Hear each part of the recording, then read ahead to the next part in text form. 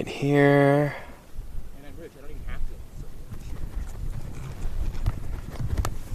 Oops, there we go.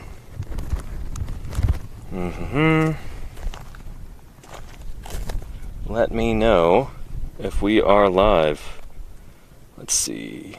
Let's change our settings, make our font a little bit smaller so I can see it better, or so we can actually fit more messages in chat. There we go. Excellent. Beautiful. Yeah. Pull up the Twitch app. Oh, we are live. Excellent. Thank you, Lenina. Great to have you here. Beautiful. Well, welcome everybody to Paleontologizing. So good to have you here today for another live fieldwork stream. Broadcasting to you right now, live, from the desert of western Wyoming. We've got another dinosaur site right over there. This is a new one that you guys have not seen before. The site is called Skull Ridge. We've got a duckbill dinosaur skull coming out of this.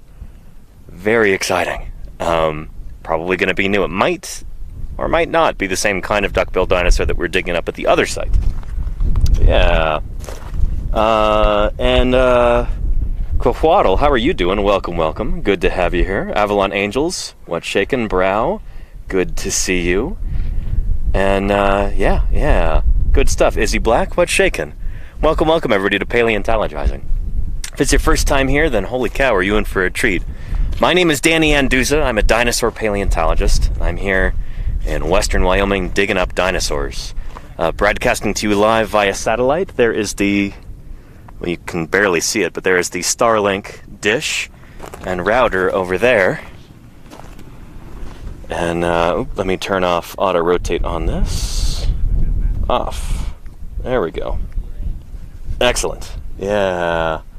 And Yai Quiddy, how are you doing? Welcome, welcome. Good to have you here. Hope you're doing well.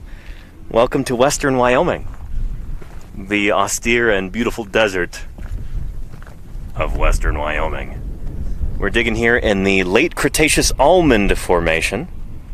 Rock's about 73 million years old, and there have been 0 dinosaurs named from this geologic formation, which means that almost any dinosaur that we find here is going to be either a new genus or a new species. Dinosaurs evolve pretty quickly, they're always changing, and so from this particular snapshot in time, we don't have any dinosaurs from here yet. Like, none have been named, so any dinosaur that we find and dig up, chances are it's going to be new, which is very, very exciting. Other crews have tried to work in the Almond Formation before and failed. But yeah, our crew, led by Ethan Cowgill, has managed to find a number of dinosaur skeletons, and we are digging up a big duckbill dinosaur right now. That's going on right over yonder. So yeah, thank you Mechaholic for the 23 months of subscription. I appreciate that. And we didn't flip the other bone from yesterday, Izzy, no, but we're going to try and get this one over here flipped in just a minute. Or, not a minute, we're going to try and jacket it. I think Quinn's actually working on adding some separator to that right now, or he's measuring out some burlap. He's doing something. But yeah. And oh, and excellent, Lenina. I'm glad that Blue is here, and congratulations on 20 years of marriage. Holy cow, that's an achievement. Congrats. Golganek, how are you doing? Welcome, welcome. And yeah, gorgeous sky. I mean, that's what it's like out here in the West. You know, it's pretty typical. Today has actually been really, really beautiful. Gorgeous weather, not strong winds. Temperatures have been pretty nice, and we've got these lovely clouds to look at, too. So, things are good. Yeah. Yeah. And Cyan Streams Balint, how are you doing? Welcome back. It's good to see you. Hope you're having a good day so far. Yeah. And Papier Cuts, thank you for the 9 months of primes there. Tasty, tasty Prime subs. I know it doesn't cost you anything, but I get something out of that, so I appreciate it very much. Thank you for your support. Good stuff. Yeah. And Green Mazing says, dinosaurs evolve quickly relative to other species or geological times? I mean, I think maybe relative to other species. They change a lot morphologically in ways that other species don't necessarily, and I think they might not speciate as easily as other groups of critters. So you might have, I don't know, this is contentious, So not all dinosaur paleontologists think this, but I have been led to believe that dinosaurs don't really their lineages don't split as easily as other animals, maybe because they're more mobile, they can get around easier, they're not as likely to speciate geographically because they can move over wide distances. But yeah, for whatever reason, dinosaurs seem to evolve pretty quickly in the late Cretaceous, especially like ceratopsians and hadrosaurs. These animals are... If you go to a new geologic formation that's just a few million years older or younger than another one, you will find different dinosaurs in it. So they don't stay the same over tens of millions of years. They change a lot. That's why we expect this to probably be something new. Yeah. But yeah, I hope that makes sense. Yeah. So anywho, yeah, we call it anagenesis. That's the mode of evolution where there's just one population that slowly changes over time, kind of like linear evolution for one group, as opposed to cladogenesis, where you have splitting events. You've got one species splitting into two different species. I don't know. From what I've seen, the work that I've done, the field work that I've done, the people I've talked to, it seems like cladogenesis might be comparatively rare. But we've got other people on the crew who would disagree with that, you know? So that's part of what we're trying to figure out here. What is going on with these dinosaurs evolving in the late Cretaceous? Is the primary mode of evolution anagenesis? Is it cladogenesis? Is it stasis? Doesn't seem to be stasis. These dinosaurs seem to be changing, not staying the same. So anyway, yeah. Hey, Fedorasaur, welcome, welcome. Good to have you here. Yeah. And we've got a hype train already? Holy cow. 14 people in chat, and we've already got a hype train. Beautiful. I appreciate the support, everybody. That's the only reason I can continue to do what I do out here is because of your support. And the reason we're able to feed ourselves out here right now is because of your financial support also. With that experiment.com fundraiser. Thank you, everybody who contributed to that. You're funding us out here, and that's pretty special. It's something to be proud of. You're helping us dig up new species of dinosaur. Very cool. And was there a raid? I don't think so, Nexion. I didn't see a raid. But, yeah, we've just got a bunch of new people in. How are you doing, Nexion? Welcome, welcome. And thank you, Pork Tree, for those bits. Excellent. Yeah. Good stuff. Yeah. And C152 Flyer, welcome back. It's good to see you here. Thanks for joining us. Yeah, Dr. Javasaurus, what's shaking? Good to have you here. Caravan. Hello, hello. Welcome. Well, what do you say we go take a look over at the quarry there? We've got, Ethan and Quinn and Ken over there. And we've got some hadrosaur bones to show you. So let's go take a look.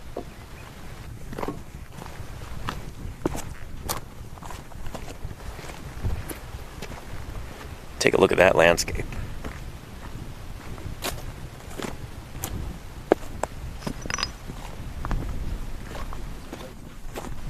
How's that jaw doing?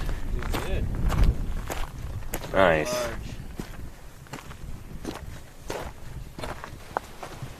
All right. Yeah. Oh, beautiful. Yeah, taking that rock off of it really. So this is the beak end, the front of the jaw. Mm-hmm. This is the inner view. This is the tongue-eye view. Very front here, we'd have another bone called the predentary, which would attach right here. That forms the toothless beak. Mm-hmm. And then here, all these vertical divots, these are all indentations for tooth sockets. So you'd have a stack of teeth protruding this way out of the jaw. It seems as though the teeth have slipped out of the socket. Mm. And then as we go back, somewhere under here, which we haven't exposed yet, is where the lower jaws would articulate with the skull. So we should have a hinge back here somewhere. Pretty sweet. So you can see that the roots here have totally... Here's the actual bone surface that I'm pointing to. And then the roots right here have totally encrusted the outside surface of the bone. Shoot. So this can come off in the lab, but it's not ideal to do it out here. Yeah. And then all this black rind is also more matrix, just more of the rocks that the bone is encased in. So the bone's a little hard to see, but if you follow the outline of my screwdriver here, you can see that it comes out like this and all the way around. We at the time of the discovery, unfortunately, we only had thick glue on us because we hadn't received in time the right kind that we needed for this specimen. So a lot of the matrix has been glued to the bone, but it can be removed later in lab. So it looks, when it's all cleaned up, it'll look a lot prettier than it currently does. And when this look at that. When it was first discovered, we were trying to trench around this big block right here, which is where a lot of the other skull bones seem to be coming from. And one of the volunteers hit bone. He was like, "Oh no, this is the worst time to find bone. I'm trying to get around this whole thing." And then, luckily, he saved every little piece that he found, because he found it with his hammer, which is, it's normal when you're trenching around something. Mm-hmm. And then we saved every little piece, and I was able to glue every little fragment back together. And what he found was this. And then as we moved the rocks away, we realized that this is the very front top corner Beautiful. Of what looks to be a complete lower jaw. It's really deep, too. Yeah. So very nice. By deep, I mean like it's very tall lower jaw. Not like it's deep in the ground, but... So this is what the bone surface will look like when it's all cleaned up. Nice. That's the outside. Nice. And then here's the broken inner surface right here. Were you able to glue those two pieces together there? Yeah, this is glue. Nice. So I'll clean it up in the lab so it won't look so gluey, but... Yeah. We had a question like, what kinds of techniques or equipment do we have in the laboratory that we don't have access to out in the field? The techniques and equipment are actually just time and predictable lighting and no wind. Yeah, so no rain or anything like that. Basically just field work, but inside. Yeah. And slower. Well, and we don't have air scribes out here either, but I don't know if we'll need air scribes for this. Do you think? In the lab, you mean? Uh-huh. Maybe for some of the matrix that we have, that's really like it's pretty adhered on. Crunchy, yeah. But yeah, maybe not. I mean, the matrix, most of the matrix is actually very soft. And here we've got this little split right here. So there's this big depression filled with this chunk of sandstone right here. So you can actually see some of the structure of the bone. Very nice. Yeah, the roots have done their work, but it's still a good bone. It's still pretty well preserved, and it'll look really pretty when we get it to the lab. You think we'll get a coronoid process underneath? I really hope so. Here? I really hope so. Awesome. So that'd be a jaw muscle attachment, right? Mm-hmm. That'd be sweet. So if we have everything from the tip of the jaw to the part where it articulates with the skull, I bet it would stop somewhere about here. That's enormous. I mean, that's like as big or bigger than the biggest Monosaurus skulls that I've seen. This is a big boy. Holy cow. This is probably a T-Rex-sized duckbill dinosaur. Maybe 40 feet long, like 13 meters? Yeah. Holy cow. So we found this site in 2021. We picked up part of an upper jaw and then a bunch of teeth that were stuck together that had fallen out of a lower jaw. We just found those on the surface. And that was 2 years ago, and we finally have the permits to come back and actually dig in and find more, what we hoped were more skull bones. And so far we haven't found anything here that is not skull. So which is rare. Which is not easy. That's super, super cool. Yeah. Like, normally skulls are elusive, but we've got only skull here. If we'd found the end of a tail going in, it might take years of work to remove a rock to maybe get to a skull. But here we just knew we had a skull in the ground, and it's all disarticulated, so all the bones the skull is a mosaic of all these bones that are mirrored, some of them aren't mirrored, and when the animal dies, sometimes the sutures between them ease up, and the soft tissue, the fibrocartilage dissolves, and then the bones sort of fall apart. Yep. And that seems to be what we have here, because we don't have any of the skull bones linked together, but they all seem to be from a single individual, because this is a right lower jaw, and then under that plaster jacket there is a left lower jaw. And because of their proximity to each other, and because they're both duckbill dinosaurs, it's almost certainly the same skull. And it's a left and a right, so it's looking good that this is one animal. Very, very cool. We had some questions about the glue that we used, the PVA. Do we have acryloid now, or? Yeah. Okay, yeah. So it's polyvinyl acetate glue. So with these little plastic pellets that you dissolve in acetone, and it's the same kind of glue that we would use in the lab, but basically it's a penetrative glue.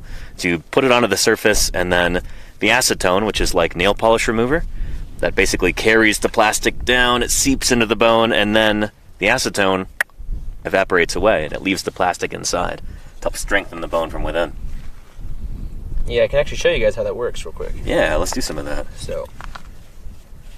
So this is all surface that hasn't been glued yet, right here. Oh, there we go, yeah. So let's see if I have any handy. Work some magic. We had that big bag with all of them. There, let me see.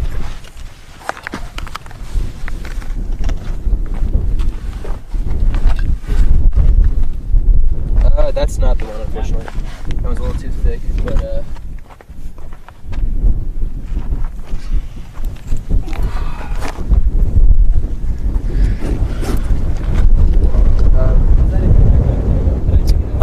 gave it to you, yeah. Okay, I see. There should still be like 5 of them in there. Yeah. Floating around somewhere. But yeah. Right now Quinn has got a top jacket on the other lower jaw right now, and he's just kind of test fitting some burlap. Try and plan out how we're going to do some side strips around it. We might even get to flip that today. We'll see. Yeah. Hey, awkward cyborg. How are you doing? Welcome, welcome. All right, good time. And Find It, Fix It. No, the movie Indiana Jones did not get me into this field. That's archaeology. This is paleontology. That's the channel name. All right.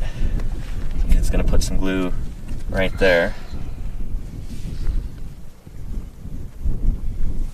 Very nice. So this is a little bit different from like Elmer's glue, like somebody was saying in the chat. Elmer's glue is also PVA, but this is a different formula. This stuff is less viscous than water. Yeah. So it doesn't, instead of sticking to itself and beating up, it seeps into every little crack in the bone. So instead of we're not gluing chunks together per se, we're trying to get every little fraction of every little internal piece to stick to each other, so that they don't crumble when they're being transported or removed or anything like that. Yep. And the good thing about this sort of glue is it's reversible. Since it's like plastic that's dissolved in acetone, if you ever need to undo it, you could just put more acetone onto it and it'll break those bonds and dissolve the plastic again. So if you glue something wrong or you glue something on there you don't want, you can always go back and do it again. Exactly. That's really important in the museum field. Reversibility of your methods.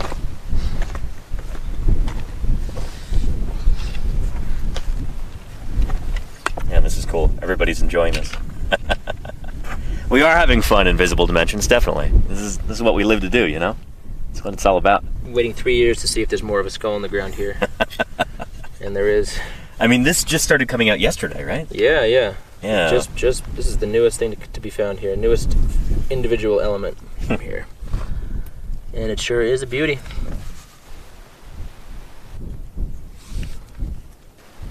We are happy campers. Definitely. Yeah, holy cow. So the lower jaw is one of the more informative parts of the skull for this kind of dinosaur. So, and we've got 2 lower jaws.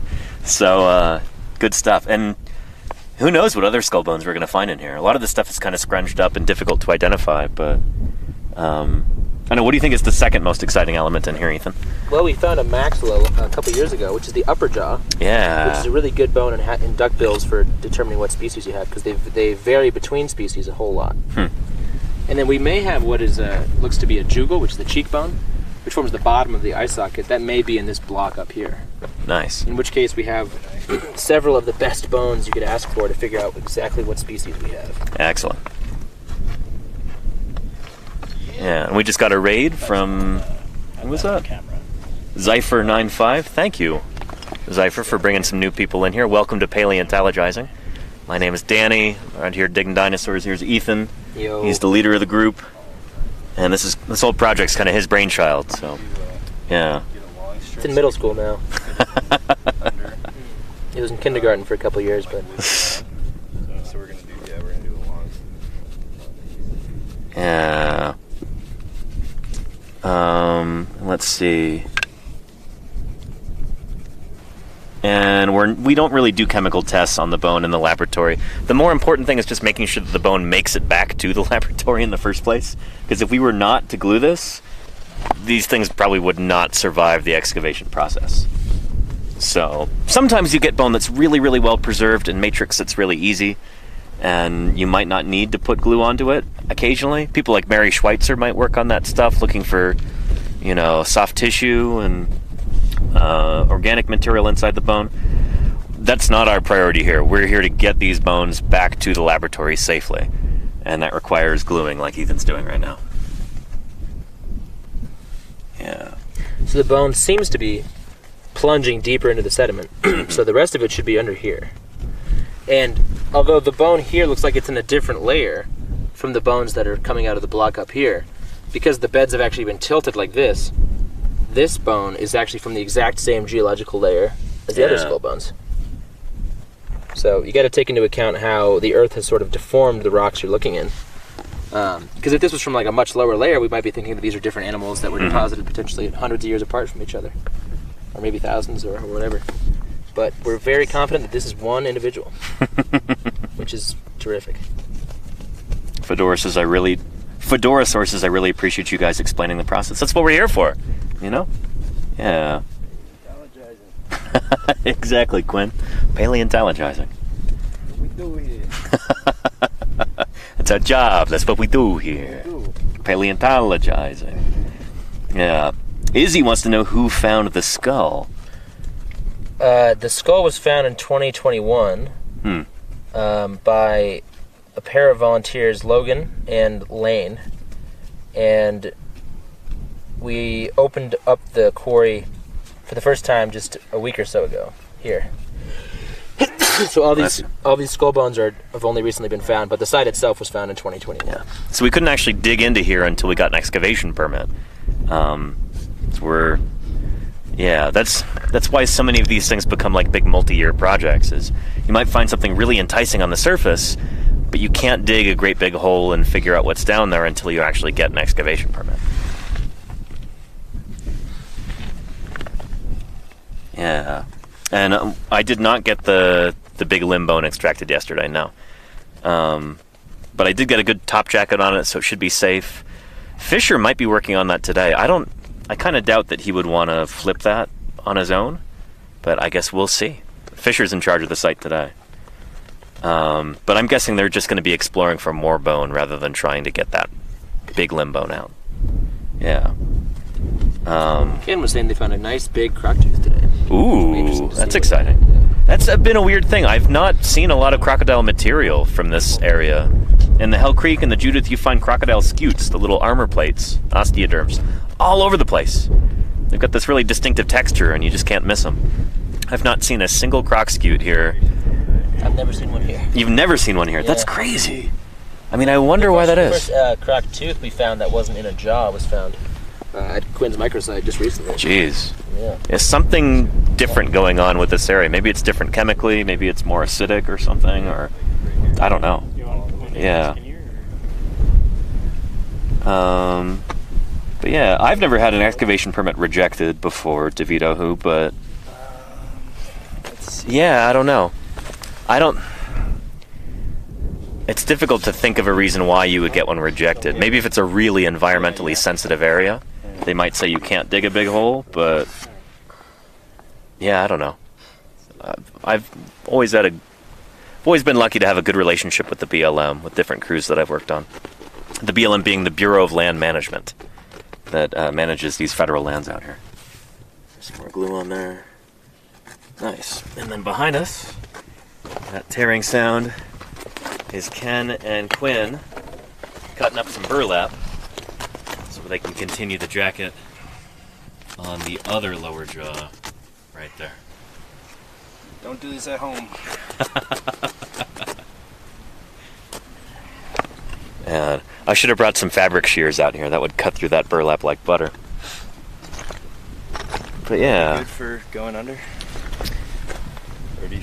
I think that's probably about the right width, yeah. Yeah. Maybe we could cut it a little. I mean, you can also fold it over itself too and give it a little extra strength. Because you don't want those edges to fray.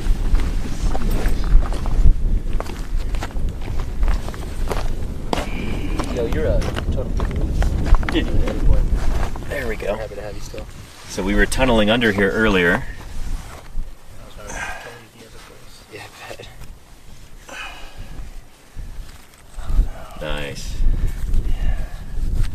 Yeah, that'll be good. That'll be good, yeah. And if we have like a little strip, we can put it over the top just to link those two. Yeah, for sure. Yeah. Okay, nice. cool. Sweet. Very nice. Oh. There we go. Yeah. And perps, that is one of the most common questions that I get.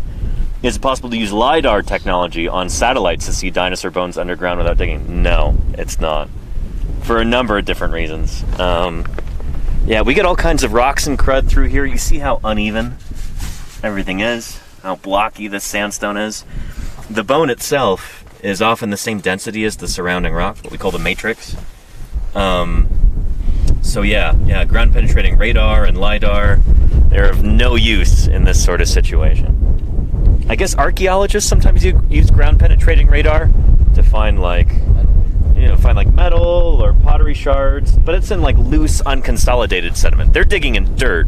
We're digging in rock. Yeah, it's very different. Yeah. Got 245 people watching right now, and I've only been going for 25 minutes. That's not bad. Yeah. Hemophytus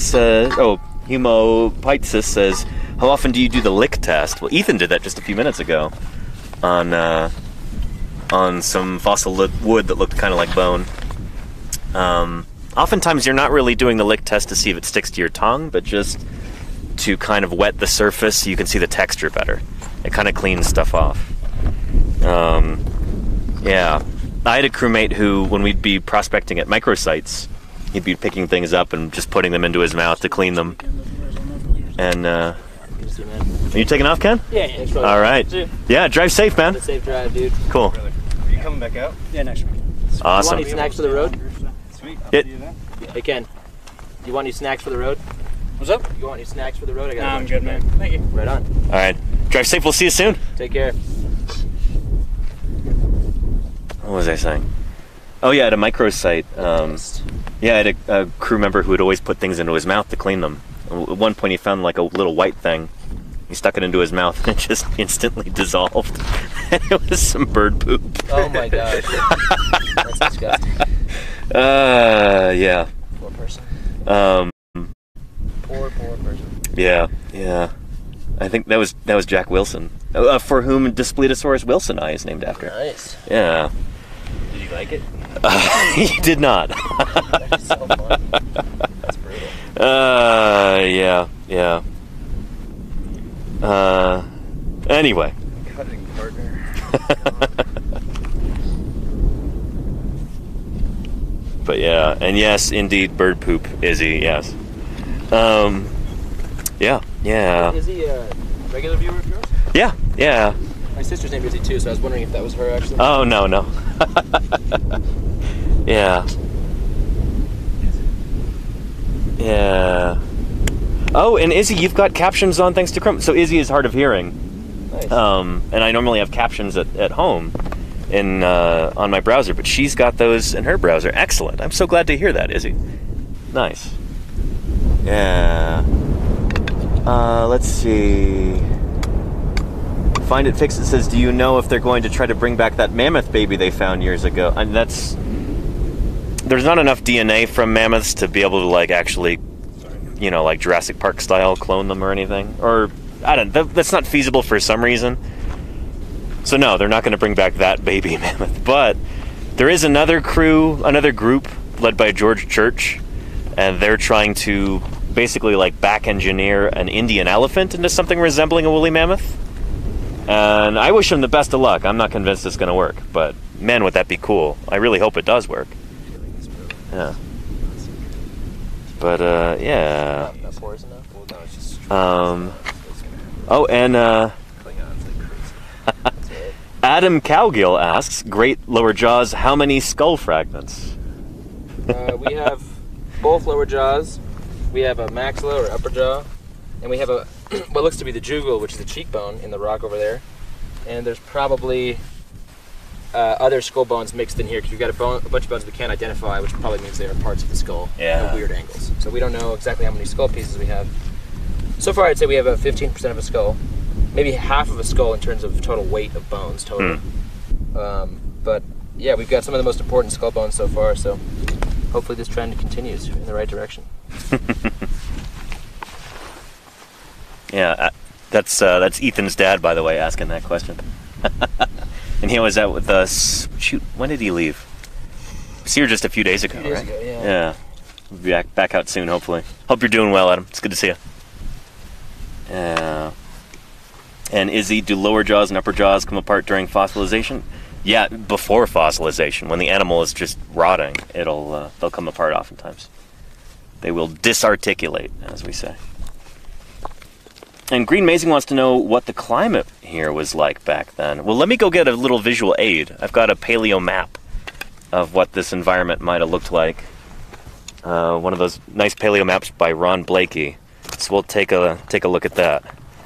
But first, let's just take a look at what the environment looks like right now out in western Wyoming. So, pretty dry. I think you could call this desert. I'm not a geographer or a climatologist, but I would call this desert. It was not desert back in the day, and it wasn't far inland either. This used to be right on the coast. Let me show you. There we go. So here's a paleo map that I printed out especially for questions like this. So this is North America about 70.4 million years ago. So right between the Campanian and Maastrichtian stages. So this is maybe a couple million years after the rocks here. But as you can see, there is this shallow sea, this almost like the Mediterranean or the Caribbean, right? There's shallow, warm sea that bisected North America. And at certain points, the seaway gets larger and it floods more of the land and it actually cuts North America into two different continents. And at certain points, it recedes and it kind of brings them back together again. But we are right here in Wyoming, right about there. And so at this particular time, when these rocks were laid down, about 73 million years ago or thereabouts, this seaway would have been even closer. It had expanded at that point. So basically, the rocks that we're digging in right here are right on the coast. Think about like, I don't know, the San Francisco Bay Area or the Louisiana Bayou or something like that, you know? You get these big rivers that are coming down off of the distant mountains, and they're, you know, they're bringing water out to the sea, and they're also dumping sediment there. They're burying, you know, dinosaurs that had lived and died in this area, covering their bones with sand and mud, and yeah, those are the kinds of sediments that we're seeing here. So this is a really blocky sandstone that we're working through. There's lots of organic bits in it. There's bits of, you know, tree roots and plants and all kinds of organic-y stuff like that. And yeah, that and some of the critters that we see here tell us that the climate would have been much different from what it is today, a lot wetter. Yeah, so it was definitely warm then. Warmer than today. Certainly much warmer than modern Wyoming. It would not have snowed here during the winters like it does here right now. So, you know, I don't know if you could call it subtropical, but it might be like kind of warm temperate. Yeah, we've got a few bits of plant that seem to be conifers, so like, you know, evergreen trees. There's bits of turtles and crocodiles that were swimming around and living in this environment too that we found. Gar scales. Gar are these really cool fishes with these bony scales. They're still around today. They don't really like very cold water. So this area would have been a lot warmer than it is today year-round. More stable temperature. Not like modern Wyoming when it gets super hot during the summer and then super, super cold during the winter. Not like that at all. Much more stable temperature-wise from season to season. Yeah. And dinosaur deep dive on the dinosaur we're digging up. I mean, there's not much to say yet, Trappy, that I haven't already said. Yeah. But thank you for redeeming that. Yeah. Anyway, but we could talk about duckbill dinosaurs a little bit if you would like. Yeah. Oh, and G.N. Marley says, am I camping out here as well or just a day trip? No, I've been out here for 2 weeks now almost. Yeah. And I've got a little bit less than a week left. But yeah, we're camping out here. I'll probably do a stream from camp at some point. We did a couple earlier during the trip, but yeah. I think this is day 14 actually. Yeah, we've been out here 2 weeks now, I think. But yeah. Definitely not a day trip. There's so much work to be done and so many things to dig up. Yeah. And all kinds of data to collect also. And very cool stream. Thank you, G.N. Marley. I appreciate that. And if, since we've got how many people watching? 341 right now? Holy cow. Let me do a little station break and introduce myself real quick again. My name is Danny Anduza. I'm a dinosaur paleontologist. I stream, usually when I'm not in the field, I stream 5 days a week on Twitch, doing paleontology content. You probably know already that a paleontologist is a scientist who studies fossils. I work on dinosaur fossils, so hence dinosaur paleontologist. Most paleontologists don't work on dinosaurs, but I do, and so does Ethan. Yeah, we're out here in western Wyoming, out on a dinosaur dig on public lands, federal land. Got all our permits and everything, and we are digging up a bunch of dinosaurs that will almost certainly be new species, based on the fact that no dinosaurs have been named from this particular geologic formation yet. So this is a new frontier, a new slice of time that nobody's really explored all that much yet. The Almond Formation is pretty obscure, and we're really lucky to be able to work this. Again, this whole project is this is Ethan's brainchild, and we're out here helping him, and you're helping too. Holy cow! Everybody who contributed to the fundraiser, you're the reason that we've got food to eat right now, and a truck that we could rent, and everything else. That's because of you. So thank you very much for that. It's kind of amazing how this community came through with the crowdfunding. Pretty stellar. Yeah. Anyway, yeah, let's go continue. I didn't bring my wrist strap for my phone today. I forgot about that, so yeah. Anyway, yeah. And Westrel says, if you were sent back in time 64 million years, how would you try to leave evidence that you were there for humans to find in the future? There's a novella about that, actually, written by a famous evolutionary biologist and paleontologist, George Gaylord Simpson. He wrote this novella called The Dechronization of Sam Magruder, where this physicist guy is messing around with some machine in a laboratory and he accidentally sends himself back to the late Cretaceous.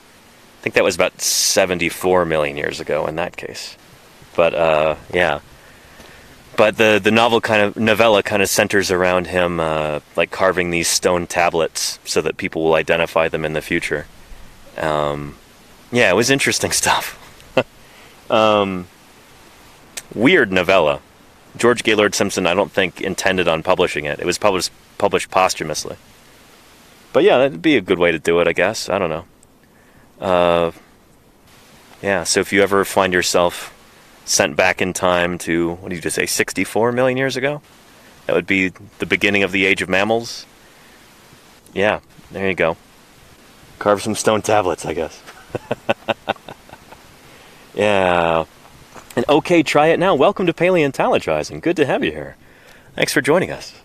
Yeah, this beats the other streams you stumbled on lately with a rock.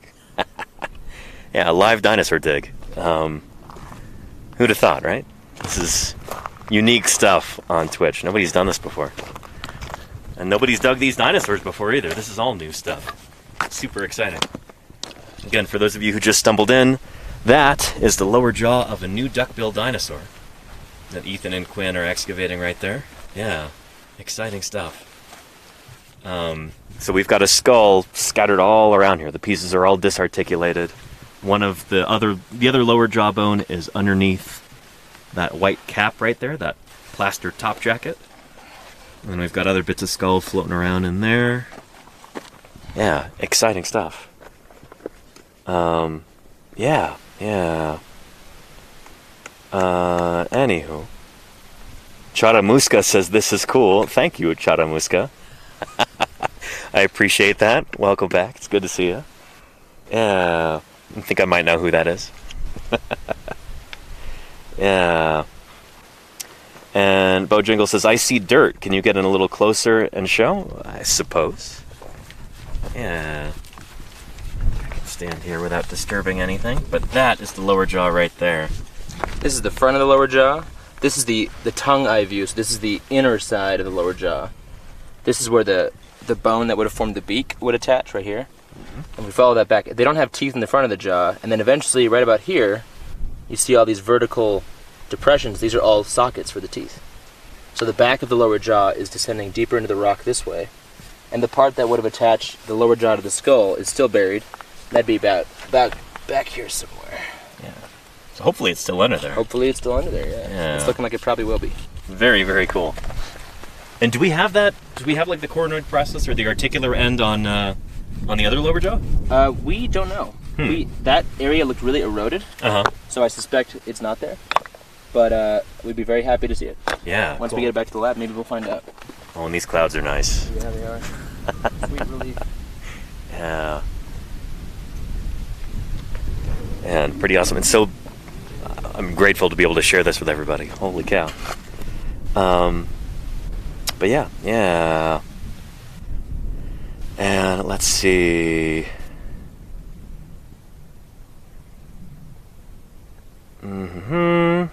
Oh, Lordy, how are you doing? Welcome. Hope you're having a good day today.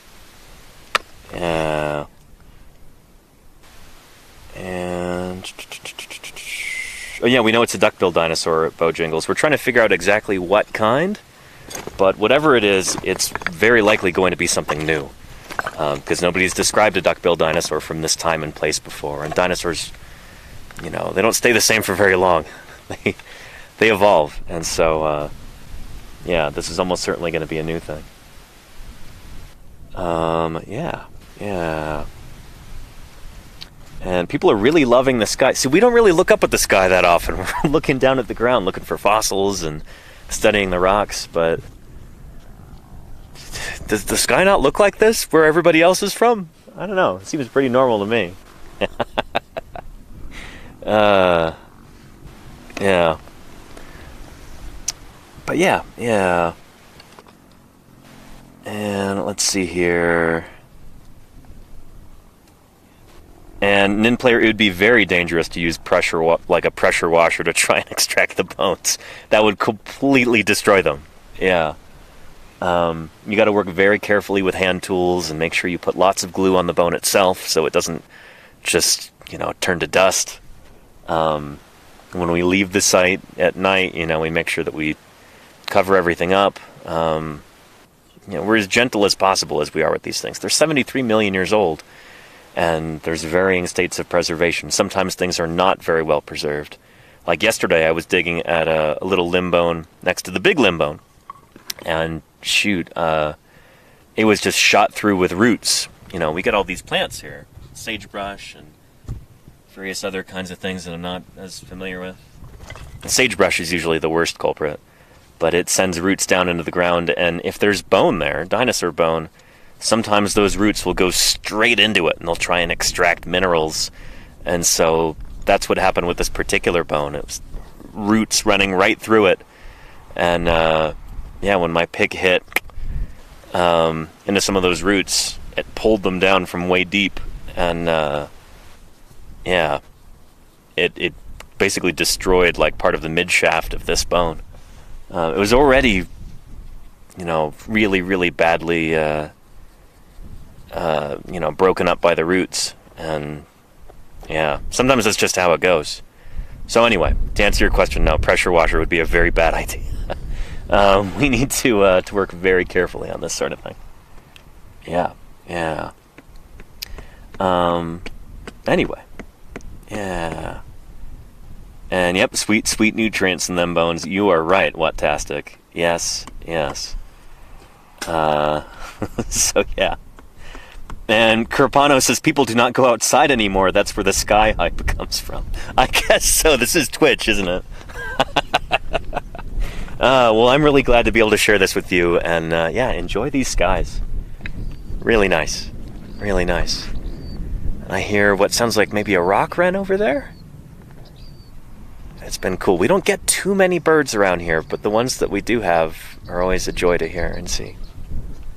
Yeah. Mild Mo says, what's the possibility to find bones? I mean, here, 100%. That's why we got an excavation permit. Yeah. But yeah, other crews have come through the Almond Formation before and not found anything. So we've been... I don't know, is it luck or is it skill that Ethan and his crew have been able to do so well in here? Skill. Luck. But yeah. It's not easy to find necessarily. And shoot, I went out with Fisher and Nick the other day prospecting for like the whole day on when was that, Friday? The day I didn't stream. We barely found any bone at all in like 8 or 9 hours of prospecting. It was it was rough going. Yeah, we did definitely see some cool animals. Lots of lizards and jackrabbits. I found some oyster shells and stuff from the Cretaceous. Nick found some big, I think, unionid clams, he was saying. But yeah, only a few little scraps of dinosaur bone that didn't turn into anything. Yeah. Anyway. Yeah. And... Oh, and pork treat, that's just how it is. We call this quarry yoga sometimes. You gotta contort your body into uncomfortable positions in order to be able to work, you know, down on the ground like this. Yeah. But, sorry, I'm messing up your light there, Ethan. So Ethan's applying some more PVA glue to that. So you see, the black is roots, totally covering the bone. Shoot. And then this lighter brown, this is the actual bone surface. So here you see a little bit of bone sticking out, surrounded by this black stuff, but you can see that the bone's going in by following the dark roots there. Right. It's totally encased. And these are modern roots, by the way. These are not fossil roots. So, like, that is sagebrush or some other kind of plant around here. Just, like, developing this mat of roots around the bone. And hopefully it hasn't, like, gone in anywhere and just, you know, completely scrunched up the inside. Because you get that occasionally. We don't like scrunging. No. It's a bad thing. Yeah. Yeah. And here you see some of the tools that we use too. Quinn's got a soft brush right there, like a paintbrush. So that's really good for brushing away dust from, you know, when you might have bone. But yeah, when it's just rock and no bone, you might use a whisk broom. This one is, holy cow, did that get truncated. We think maybe a pack rat came through and chewed off the bristles and stole them for its pack rat midden. You needed them more than we did. Probably, yeah. We get to go back to camp and, He doesn't have a card. Drink beer and eat burgers. Those pack rats, it's hard going out here. Yeah, and here Ethan's using a mallet and a screwdriver for separating some of these layers of sandstone there. So yeah, as you can tell, very extremely expensive, specialized scientific tools here. Only the best. Paintbrushes and screwdrivers and mallets. This is how we can dig up, you know, several new species of dinosaur for only $7,000. You try getting that kind of a deal with any other, you know, branch of the sciences. Like try and do cutting edge physics with only $7,000. Yeah.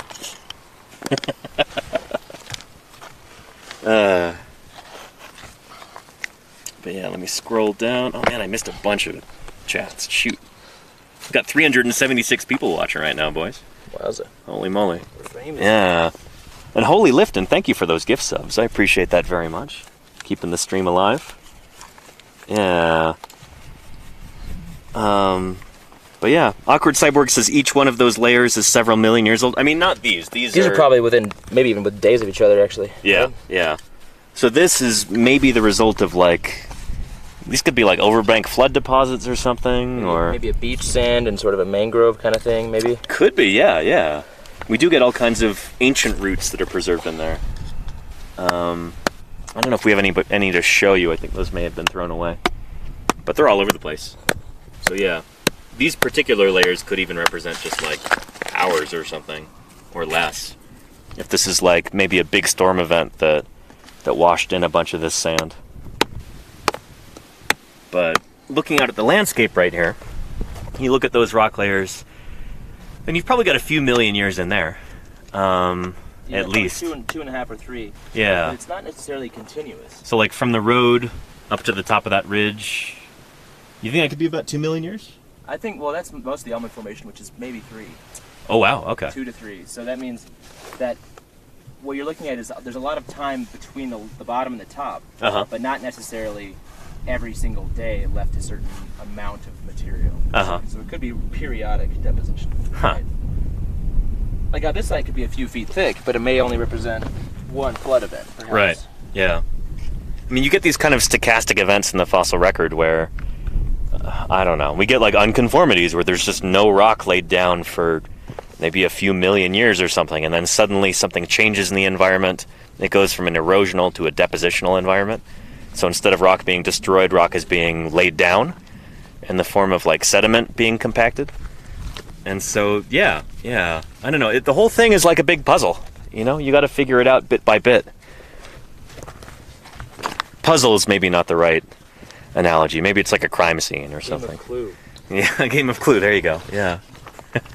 Who laid down these sediments? Was it the butler or the engineer? It was the Griposaurus with the ossified tendon. Yes. On the floodplain. Ossified fingerprints. Yeah. But yeah. Oh, and stochastic. Yeah, that word means like, you know, kind of like irregular. Things can happen all at once. You know, just like, blow.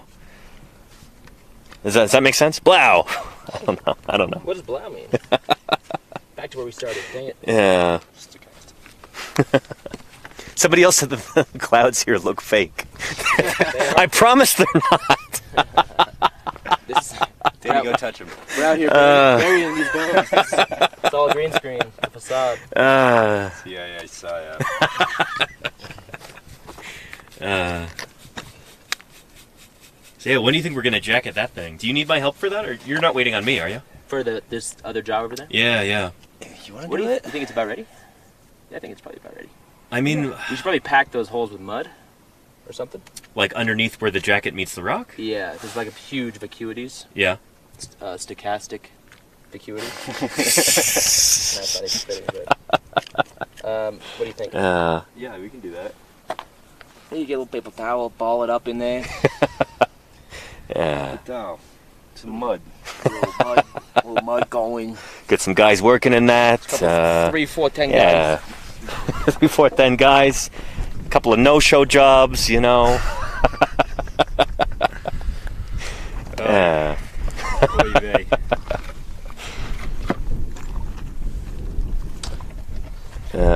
What do you say? We go make some mud. My father made mud. My father's father used to make mud. Proud mud-making family. Came over from the boot, you know. The boat. Sicily.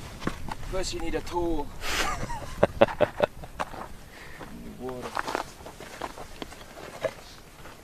You get mud. Yeah, it's the water. All right.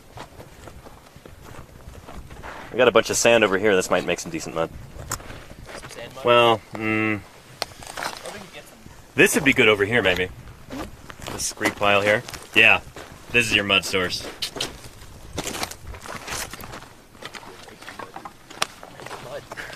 That sandwich, right? Yeah, time to get dirty. It's always time to. It's time to stay dirty, Milky Hoots. This is how it works. You know. I've been out here for 2 weeks now, not had a shower. Let me get dirty. So again, very scientific process here. Adding some dihydrogen monoxide to the this unconsolidated matrix. It's mud, Danny. It's mud. We're making mud here.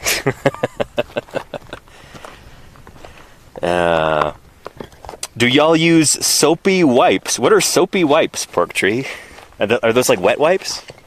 I do. I've got a bunch in my tent, and I try and clean off with those. For bathing myself. Yeah, like a cat, you know. Nice. My tongue's just not wet enough. Got to use those wet wipes. Dude wipes, says DNH. There you go. Yeah. A little mud pile going.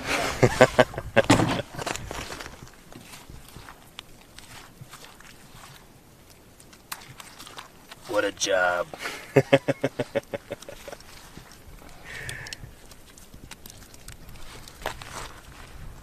Nice.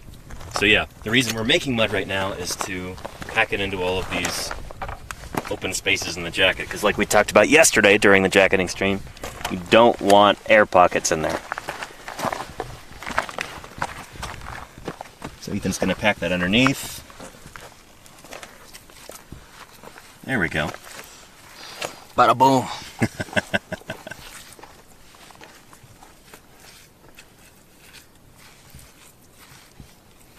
Yeah. Hadrosaur Hall unboxing. Yeah, it's a very, very long unboxing. Although, I don't know, maybe in the laboratory that would be a proper unboxing when you open the jackets. I'm gonna set our map down right here. Hope it doesn't blow away. Nice.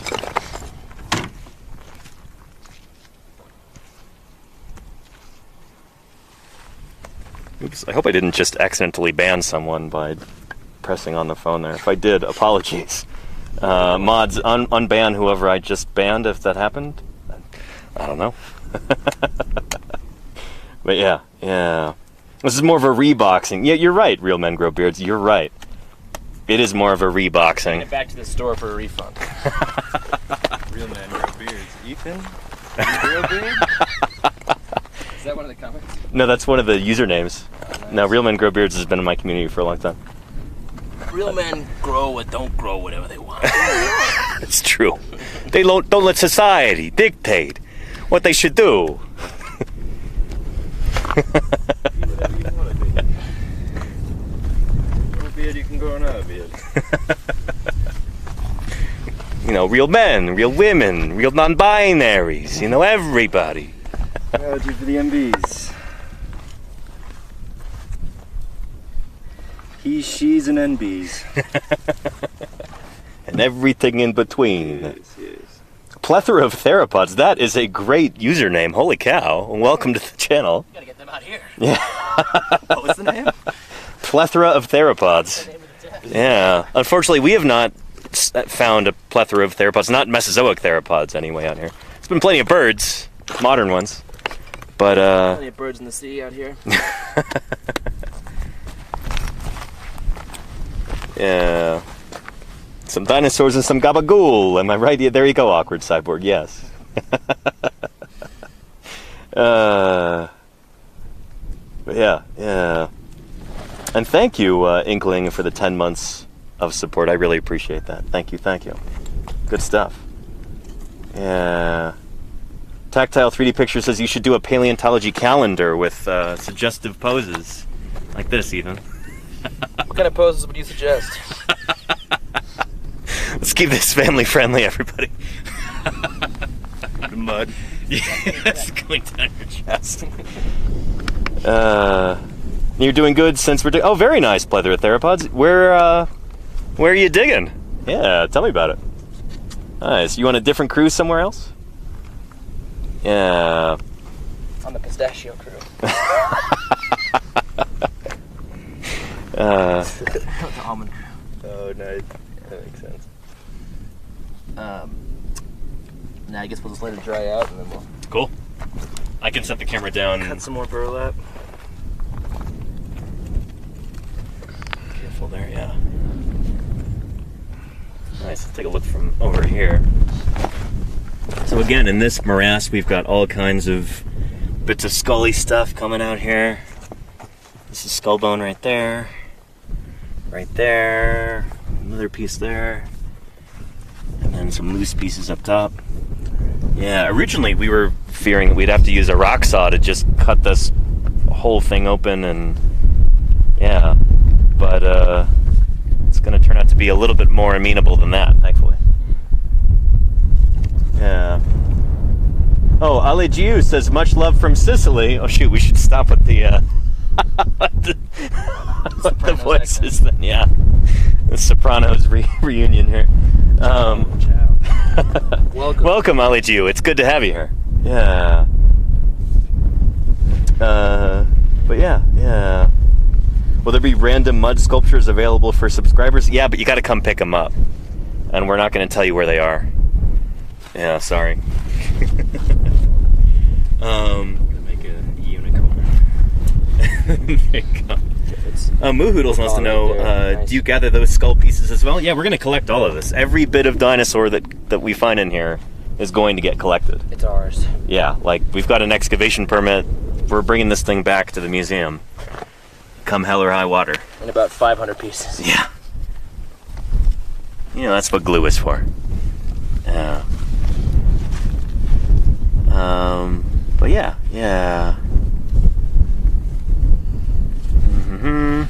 thought those were New York voices. Yeah, New Jersey, you know. I'm from New York. Yeah, Quinn is from New York. You see the Buffalo Bills hat? Go Bills. Yeah. Super Bowl XXV. We lost. I don't know why I'm wearing it. Well, you know, That is you'll never win the Super Bowls you don't play in, so. Yeah. Four times in a row, we lost. Let's get Oh, all man. To the Super Bowl 4 times. Get all the Matrix out of here. Wait, you were in the Super Bowl 4 times in a row? And we lost every single one of them. Well, you know, You played NFL. I was Yeah. playing in the 90s. it's the, My heyday. yep. He was the power forward and the goalie. Home run. Yeah. Rizu Dago says anybody can buy a hat. That proves nothing. I don't know, Rizu. I don't know. Quinn's pretty convincing. Yeah. And am I supervisor on this dig? Ethan is crew leader and supervisor on this dig. This is his baby. I was supervising yesterday at the other site. That's because Ethan was here. But, yeah. Yeah. Dang pack rat. Look at that sorry brush. Holy cow. This is what they're supposed to look like. It's got a nice haircut. Yeah. Pack rats Yeah. got in and ate it all. Hire him as my barber.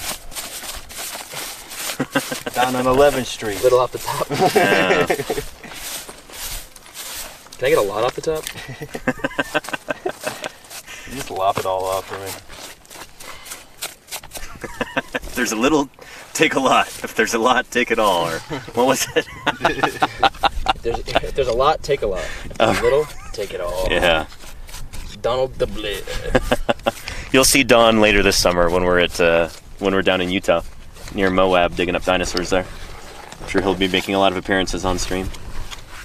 He But loves the camera. yeah. Oh, Lenina has a message for you, Quinn. You did what? Lenina says, "Oh, thank you for the music recommendation, Quinn. What a lovely, chill band." Yeah. Lovely hand show. They are lovely chill. Who was that? That was Krungben. Cronden? Krungben. Crohn's. It's spelled KHRU and some other letters. All right. Kruang Spelling bee champ here. ANGBIN. All right. All right. Can you use it in a sentence? I was It listening means to Crow. airplane in Thai. Does it really? Yeah. Oh, very cool. That's funny because with a lot of languages like that, they'll just use the English thing if it's something that's not like from that culture.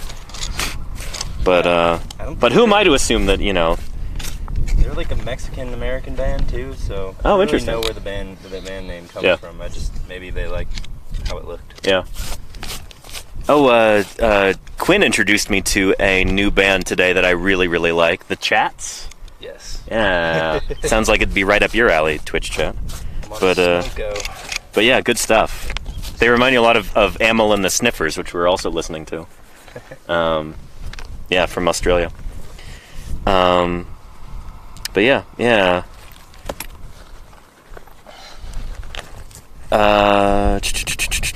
Cool. Lenina says, really great band. I had them on in the background at work all last week. Very nice, Lenina. Glad we were able to make your... Quinn was able to make your work week a little bit better. That was pretty tight. Yeah. But yeah. Mahoodle says, we are that band. Yeah, you are the Chats, aren't you? Yeah. Another great band called The Raised. It's an even better band called the Gift Subs. Hopefully they'll be making an appearance also. Yeah. Oh, like from you. Thank you, plethora of theropods. Thank you for the gift sub. If you said where you were digging or whom you were digging with, I missed it. Apologies for that. But yeah. Tanti Rakan says, how many bottles of sunscreen are y'all going through by sunset? I haven't gone through a bottle of sunscreen this whole trip so far. One drop of something. Yeah. But I don't know. From Sicily. The appropriate amount. Yeah. And this is not the thigh bone. This is a different site, Musaica. This is not the same limb bone as yesterday. No limbs here. Yeah. Thankfully. This is a different duckbill dinosaur, different individual at least. Time will tell whether this is the same species or a different one. Although over there, is that lower in section than this? Quite a bit lower, yeah. So Yeah. Thousands of years between the two. Huh. So these could be different chronospecies, potentially, if they're members of the same lineage. Or they might be two different families of duckbill dinosaurs, two different clades. We're not sure if these are lambeosaurines or saurolophines or, I don't know, cretosaurs or what. We're going to have to figure that out. First we got to dig them up. Yeah. Anyway, good stuff. But yeah. And Reaper Extra, thank you for the gift sub there. Appreciate that. Bless you, Ethan. Bless you. Yeah, good stuff. Miss Yvette, I don't know who that is. Dan R. Lynch. Not familiar with that author. Jinx Dart, how are you doing? Welcome. And, yeah. Museka says, considering you're finding prey, surely there must be predators. We are the predators. No, yeah, we don't really have a lot of theropod material, meat-eating dinosaur material from here yet. You said you had a few scraps, Ethan, from here and there? Yeah, I found an ornithomimid claw, but that's not really a predator per se, but yeah, it's a theropod. That's the closest thing we have to a big carnivore. So, I mean, there should be tyrannosaurs in this environment. We're in the late Campanian, but we haven't really found any hint of them yet. But, I don't know. We've got like a week left, so there's time.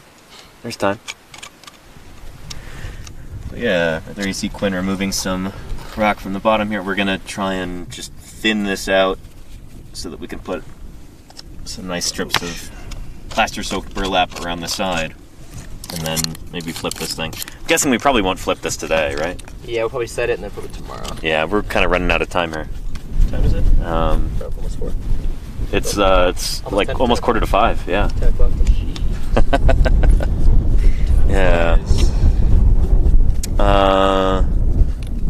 But yeah, what are you getting on nourishments for tonight? Some kind of edible food, hopefully. Hot dogs? Yeah? Got a bunch of hot dogs. So. Cool. So that'll be veggie burgers for me then, which is nice. Ethan got the fancy veggie burgers, which I've really been enjoying. Anything for you. Yeah. But yeah. Oh, yeah. And Zoo Loon says day 2 of Plaster Bone Burrito. No, this is a new site. This is not the site I was working yesterday. This is a different duckbill dinosaur. May or may not be a different species than the one from yesterday. We'll figure that out. But there's a lot of time separating them, so from different spots in the rock layers. This one's from much, much higher, which means it's much more recent. I don't know, maybe a million years more recent or something, but they're both from the late Cretaceous, obviously. So yeah. But yeah, no rice and beans, says Museka. We did have rice and beans last week. Ethan's dad made that when he was here. Oh, that was so good. That was really good. Holy cow. Oh my God. I ate so much of that. It was ridiculous. I had like 3 platefuls. But yeah. It's in voting for best meal of the Big time. Yeah, it was really good. Yeah. I had time to beat it. But he was coming out again, so. Yeah, nice. Yeah, he was here in chat earlier. Is he on? I haven't seen him lately, but he might still be watching. Yeah. But yeah, and Moohoodles, I'm glad this is exciting. Glad you're having a good time. Yeah. And are those distant hills on the same so Astronomy Show, those are very far away. And yeah, they're not on the same property. There's kind of like a patchwork grid system out here for land ownership. And so we're making sure that we're always working on Bureau of Land Management land, BLM land, which is federal, public land. And we've got permits to prospect on it and permits to dig a big hole in certain places, like right here. Bless you, Quinn. Thank you. Yeah. So normally we couldn't dig a hole nearly this big if we didn't have a special permit for it. When we're out prospecting, we can dig a 1 meter square hole, and that's it. So, yeah. So much. We can do so much with it. Honestly, I mean, 1 meter. By. Yeah. We've done what we could with it. I mean, the the horned dinosaur, the ceratopsian that we dug up earlier this season. Last week. Last weekend. Yeah, that was in a 1 meter square hole, so, yeah. Sorry, let me get out of your way. But we'll probably...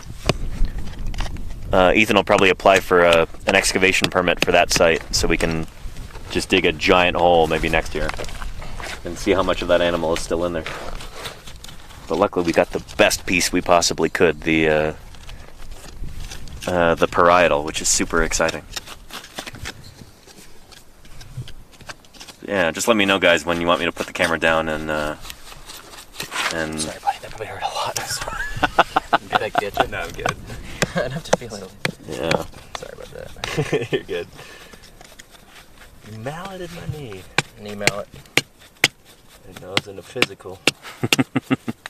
Oh, Golganik says we got Adam Cowgill fixed up with a sub earlier. Excellent. He won't have to watch any ads. That's beautiful. Thank you. Yeah. And somebody wanted to know, how did we find this place? How do you find dinosaur places overall? Someone found a bone and called you or something? Well, Ethan, this would be a good question for you to answer. If how do you find dinosaurs in general? well, maybe this, like the almond in general, like why you wanted to work here. Yeah, I wanted to work here because people had found dinosaur bones here before, and it's the right age to be a place where you find dinosaurs. And because of where it's situated, we don't have any dinosaurs basically from this time and place. So going here meant that we have a really high probability of finding potential new species of dinosaurs. And so we knew dinosaurs had come from here before, so that was a good possibility. We knew there's a lot of land where there's no plants covering it, there's a lot of rock exposed, so everything's the right age, right time, right location. And we had other people who had proven before us that fossils could come from here. And so we decided to just take it as seriously as we could, and we found a ton of stuff. This particular spot was found by a volunteer in 2021 where we found part of a skull, including a bunch of teeth and part of an upper jawbone just on the surface. And then so 2 years later, we finally have a permit that lets us come back and dig a big hole. And so what we found since then is a bunch of other skull bones from the same skull. So we started out by just picking up stuff that had fallen off the surface, and now we can dig into the ground right where it came from, and it's led us to a lot more. Yeah, awesome. It's, again, really exciting to be able to work in an area where there are no dinosaurs named from this formation. Like, this is unexplored territory in a certain sense. It's been explored before, but when Barnum Brown came through here in 1937, he didn't find, well, he found some stuff, but he didn't name any of the dinosaurs from here. And they've not been very well studied, so, you know, it's kind of an open niche still, you know? There's lots of opportunities here to find new cool stuff. The almond formation has not been, it's not gotten a lot of love until now. Yeah. Love it. We love it. Good to us. Yeah, for sure. Yeah. Roxa Solum asks, technically it is not impossible that dinosaurs had beards, right? Well, not beards made out of hair, but maybe feathers, potentially. There are modern dinosaurs, modern birds that have got beards. I mean, think about like a bearded vulture. Do they have a beard, or is that just a name? I don't know. I think they probably have mullets. I think it's a misnomer. Think so? Yeah. It's a misnomer. Business in front, party in back. Carry-on in the front. Yeah. But yeah, I don't know. I've seen some reconstructions of dinosaurs with like Dreadlocks. with dreadlocks. I have seen that actually. That's a joke. But no, like kind of a beardy thing going on under the throat with like proto feathers, like Jacopil, that new weird Thyreoforan thing from South America. That was reconstructed with kind of like a feathery thing under its throat. So yeah. Tanguta wants to know, oh, Tango, Utah. Are you from Utah, Tango, Utah? Because Ethan is too. Given your time constraints, do you find it frustrating to not be able to get everything you want? In life, or? No, it's definitely... Life is too short, you know? Time is definitely the biggest, it's the enemy out here. Yeah. We've been really lucky in the sense that we got a lot of really good things very early in the season. But now it's getting up to crunch time. It's crunch time. Yeah, working on this site. So we don't crunch the bones. But yeah. And Martine Den wants to know, is it also important to know the history of a particular geography as well as migration routes of animals to be able to estimate those? But I mean, yeah, we got to know it helps to know what kind of creatures you might expect to see in a certain area. Like, you know, we're here in the late Cretaceous of North America. We're not going to be finding, I don't know, Stegosaurs here, yeah, because they already went extinct. We're probably not going to find Titanosaurs here, given that they hadn't made it this far north in the late Cretaceous. Stuff like that, yeah. Although that would be super cool if we did find a Titanosaur. We could turn that idea on its head. But, yeah. Nothing More Variant wants to know, how do you find individual bones / fossils to dig? I mean, oh, you mean like how do we prospect for new sites? It's pretty easy. We just walk around. Yeah, we walk around, we stare at the ground, you look for bits of bone that are eroding out of a hillside. Kind of like I showed you yesterday on stream. Yeah, use the old Mark I eyeball. No fancy LiDAR or ground penetrating radar or dowsing magic rods or anything like that. Just eyeballs. Yeah. Yeah. You say prayer. JMC wants to know, where do you poop when you are out there? We don't. Yeah, you just kind of hold it for about a month, and yeah, it's not good for us. For sure, right now. Then you know when it's time to go home. That's how you know. That's why time's the enemy. No, we've got a bucket in camp. I'm not kidding. Yeah, there's literally a bucket with a little seat hinge thing on it. It says time on it in Sharpie. Draw sticks to yeah. change it up. Not behind a bush, DNH. We really don't want to, like. I guess if you really had to go when we're not in camp, you could go find a quiet spot somewhere and squat. But I don't know. I've got my body pretty well trained where I just have to go once in the morning and then that's it for all day. So yeah. Yeah, and is this near the same area that Fisher had marks and bones with cairns? Good remembering, Gigantor. Within a mile from here, right? Yeah, fairly close, but we're probably like 1 million years later in time here, you were saying? Yeah, possible, because we're so much higher and sit in the layer. Mm-hmm. Yeah. But yeah. Can you post a clip in chat? I bet you can, Moohoodles. If maybe one of the moderators can help you if the link gets blocked or something. But yeah.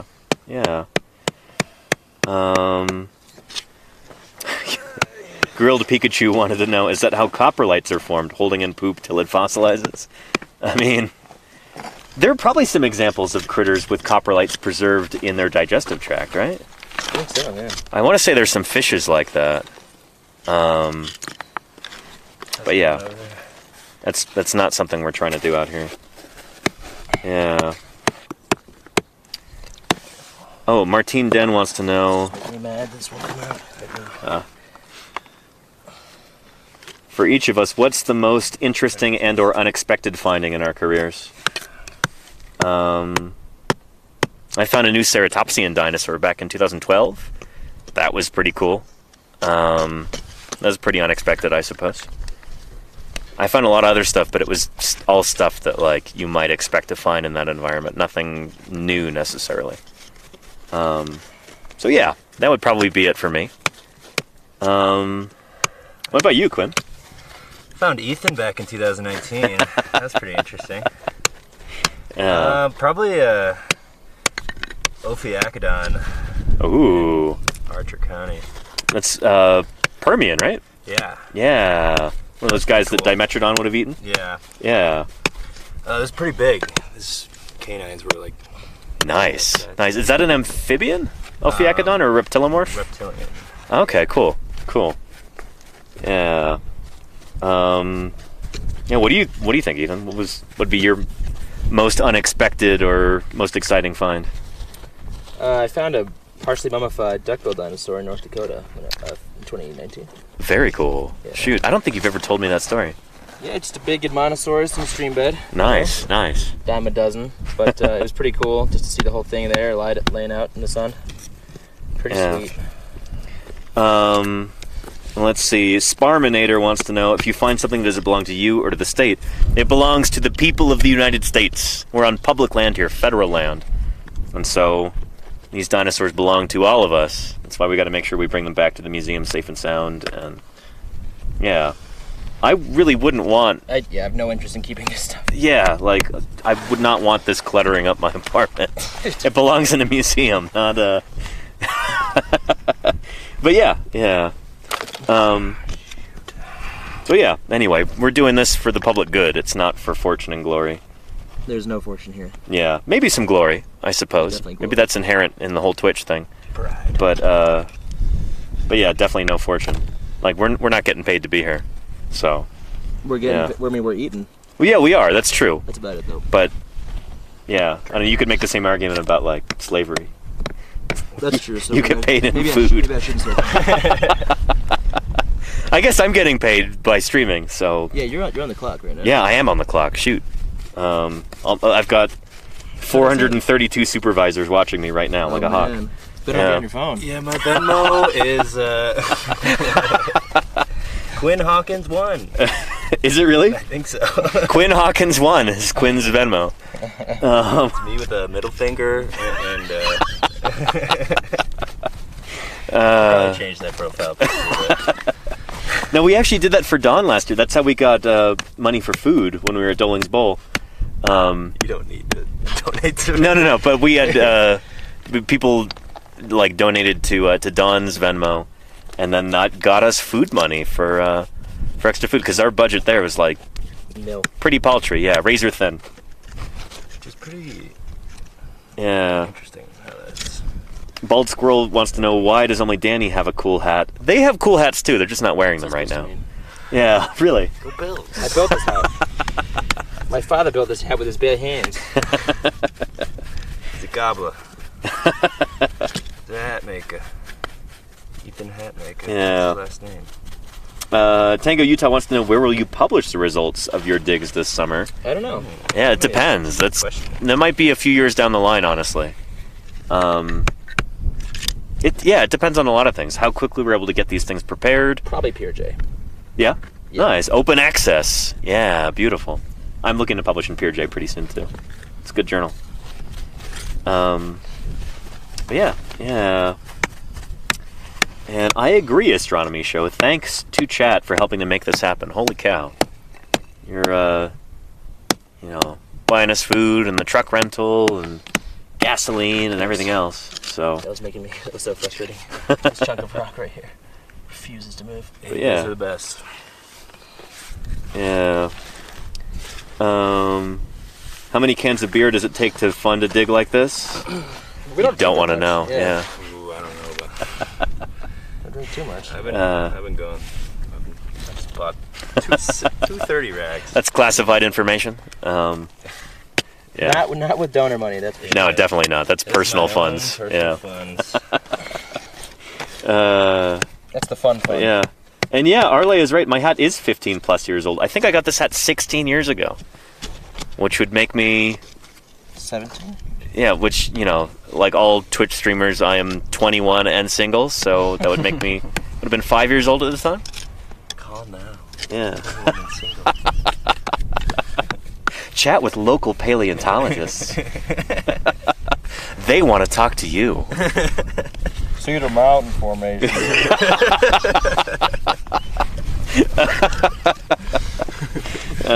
Jim, yeah. Oh, that'd be so good. Yeah. That'd be a great way to get funding. Jim JMC says, this is my first time watching. Do you ever show the camp and maybe the poop bucket? I mean, Probably not the poop bucket. probably not that. I could probably take a picture and then show you, hold the phone screen up to the camera or something. No, we don't do that. Okay. Not while anybody's there. Oh, but of the bucket just closed in a corner. yes. Like I Okay. took some pictures of the groover last summer in Okay, Utah. I thought you meant like open it up and. No. Oh God, no. I was, for sure. This was Ethan this morning. Yeah. I know who did Clearly, he this. was eating some corn. And, no. But yeah, we'll probably do a stream from camp at some point, I imagine. I've done a few. Yeah, we've already done like 2, so you can look through the VODs to see that. But I'm guessing we'll probably do another one. I'm here for another 5 days before I take off. Sad. Yeah, there's going to be a big open space in camp where my tent was. Yeah. Fit 5 tents in there. Yeah. But that means no internet and no electricity for anybody for the And no fun. for the last few days. But yeah.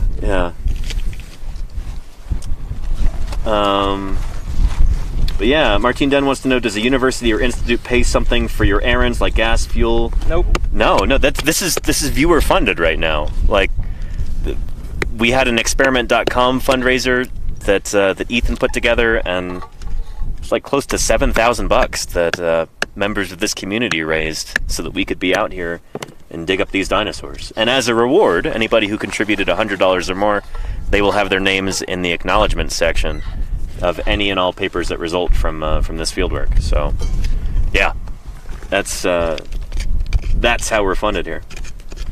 Yeah. And it's not too late. Oh, is it still going? It's not going, no. Oh, okay. But you've got to pay Buy now. Yeah. Yeah. Buy now. Batteries sold separately. Bilbus says happy sweet 16. Thank you, Bilbus. I appreciate that. Of your hat?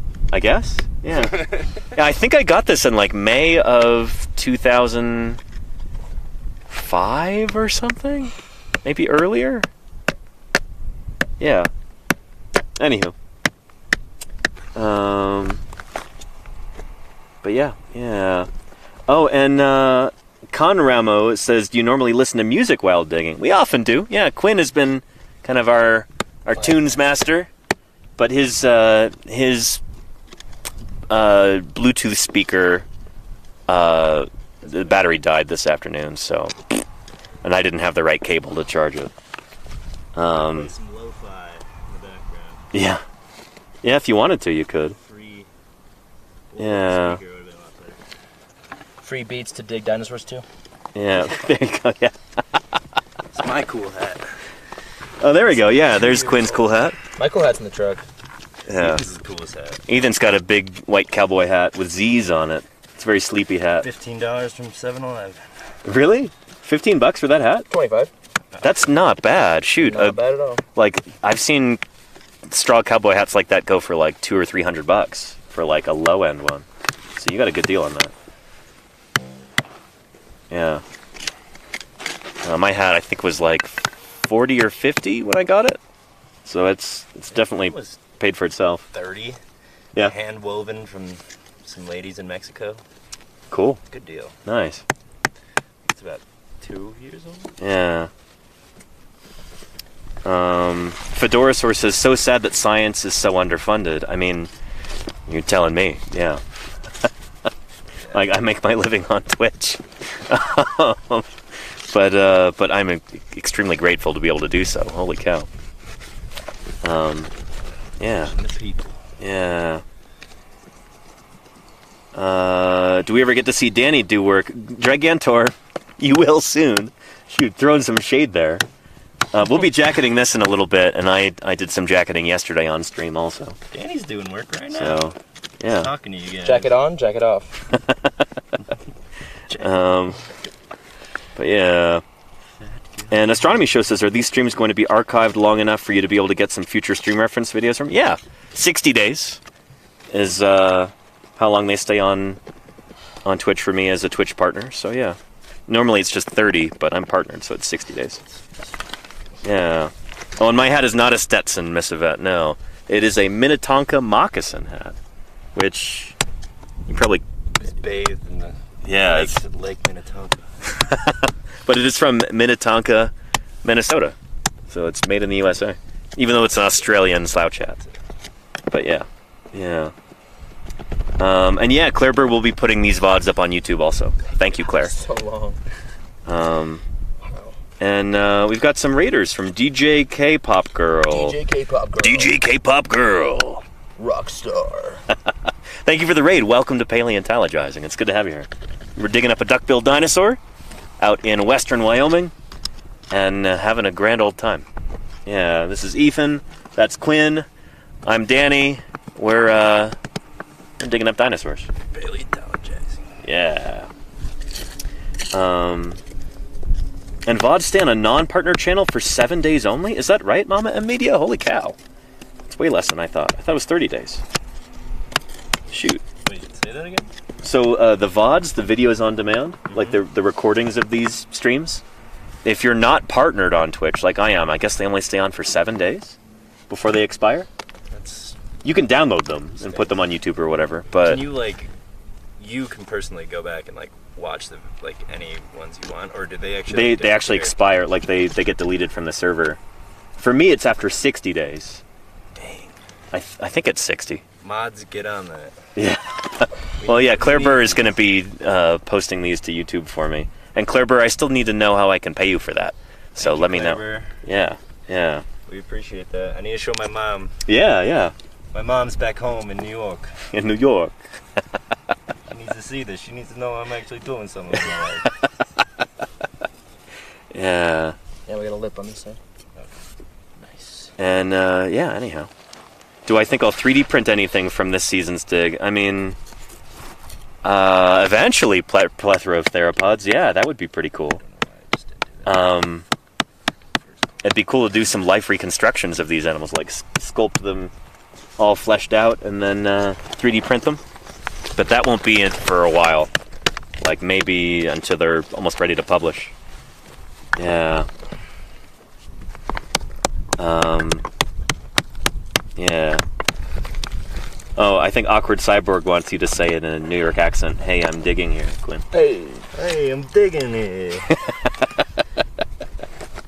Yeah. Is there a distinct northern versus like upstate New York versus? Yeah, we have more of a Canadian accent.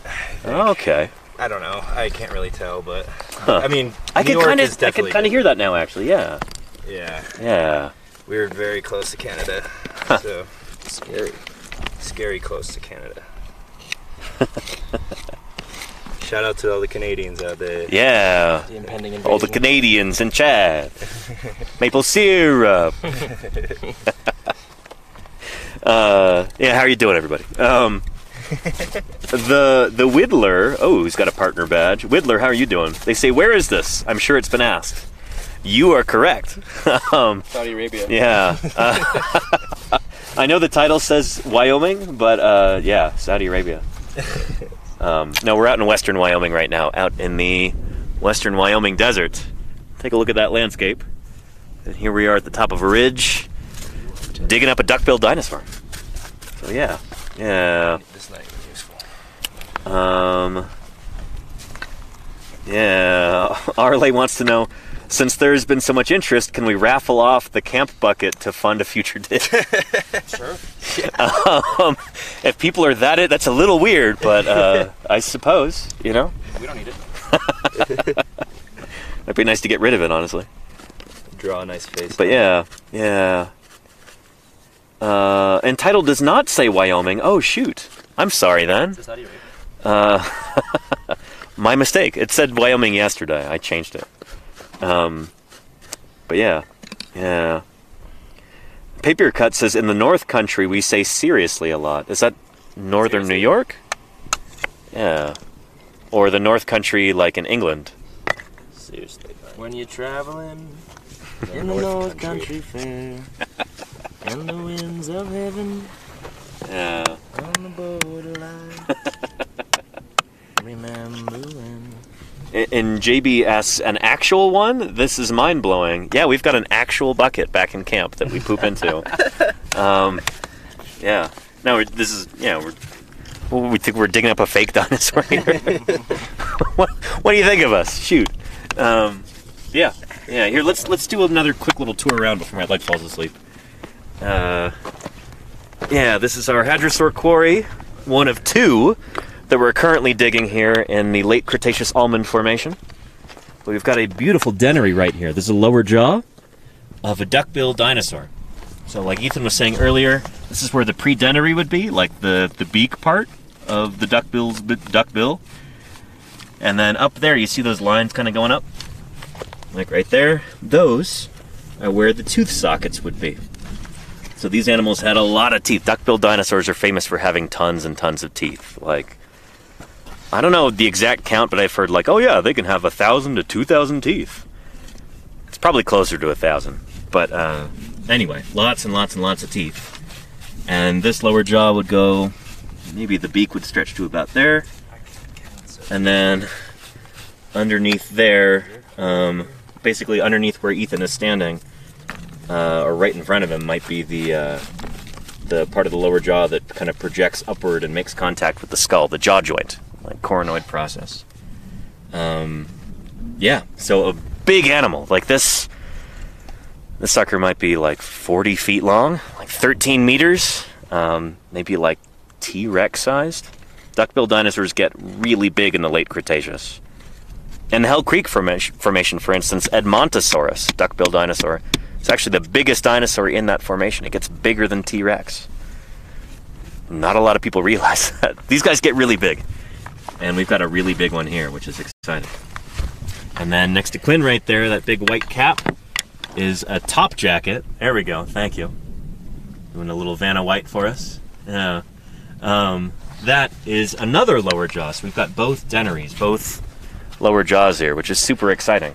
That'll hopefully help us determine what kind of duckbill dinosaur this is, and chances are it's going to be a new one, because these rocks are... There's never been a dinosaur named from these rocks before, this particular time and place. So yeah. And they were not aquatic, these were terrestrial. Despite the duck name, these were land-living animals.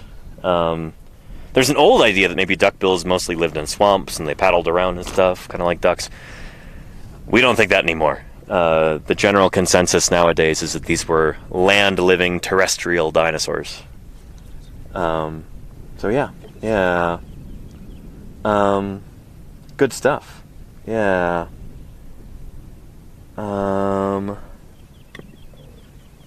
With budget for floss back then, 5280. Yeah, it's the thing is, these dinosaurs, like, they wouldn't have to worry about dental health as much as like mammals would, because they're just losing teeth all the time and growing new ones, kind of like a shark.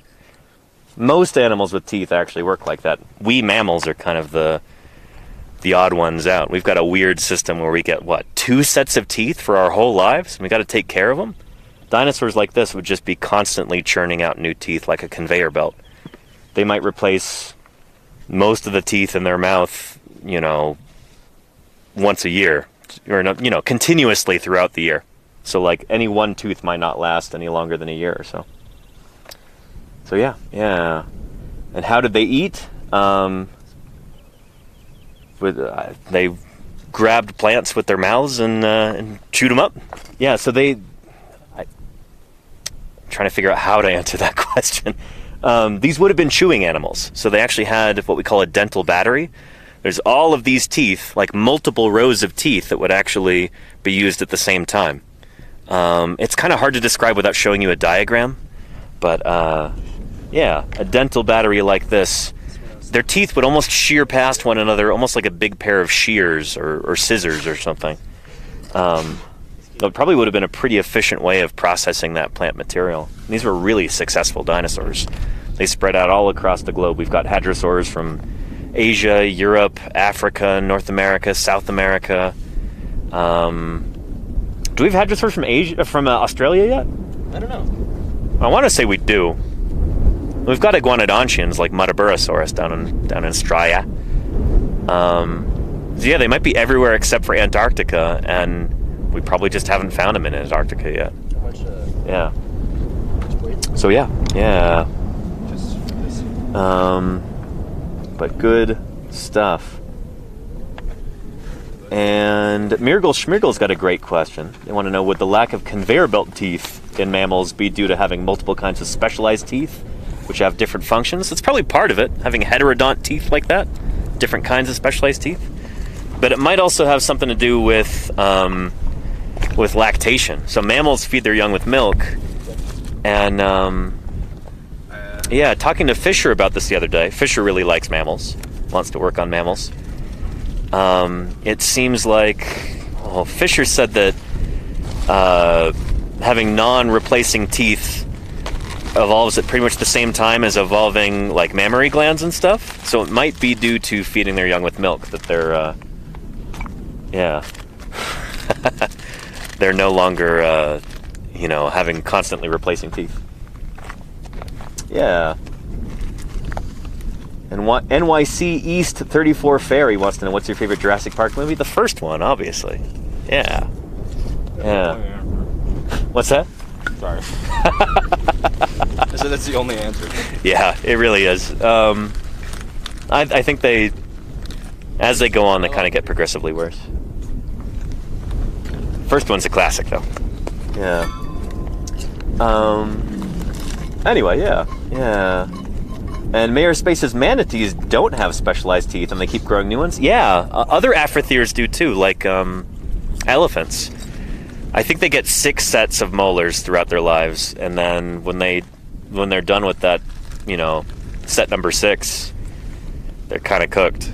I mean, they can munch on like soft water plants for a little while, but those aren't very nutritious, and then yeah, eventually they starve. Yeah, it's a sad end for an old bull elephant, but comes with the territory when you're a mammal. You only get a certain set number of teeth. I think manatees are the same way. I don't think they have infinite teeth. I think they have like 6 sets, and then they're done. Yeah. Dorky on TV says, what was the cause of death? Any weapons nearby? Not for this, no. If by the murder, or was it Brandis? It's been a running joke so far in the season. Yeah, we haven't found any meat-eating dinosaur teeth or anything like that. Who knows what this animal died from, but it clearly got disarticulated, so the skull fell apart and is scattered all around here in this quarry. And yeah, maybe we'll end up cleaning the bones and find some tooth marks or something. But yeah, time will tell.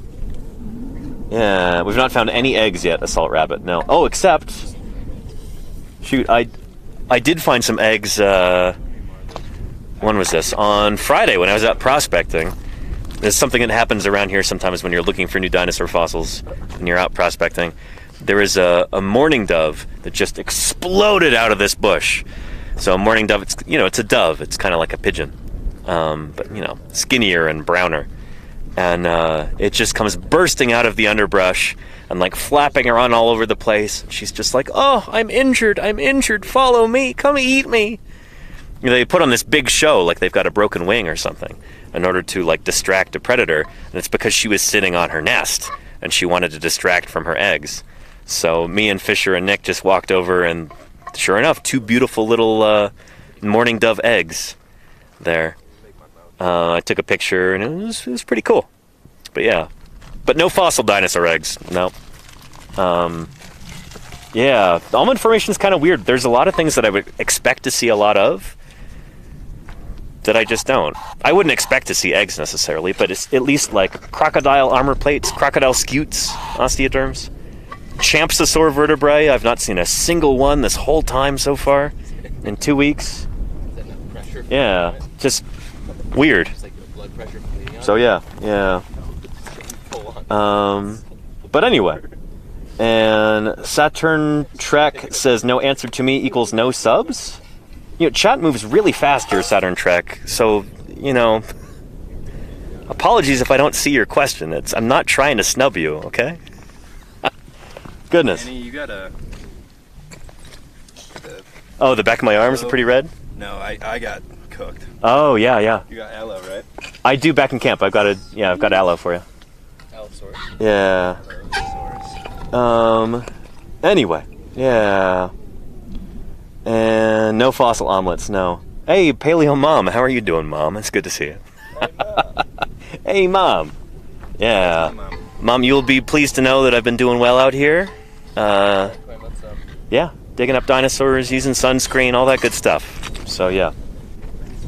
And no rattlesnakes so far this season. I know you're worried about that. But yeah. Hecky for Life says, on a 3x10 inch screen, how can you see all of chat? That's not 3x10. This is much smaller than that. Yeah.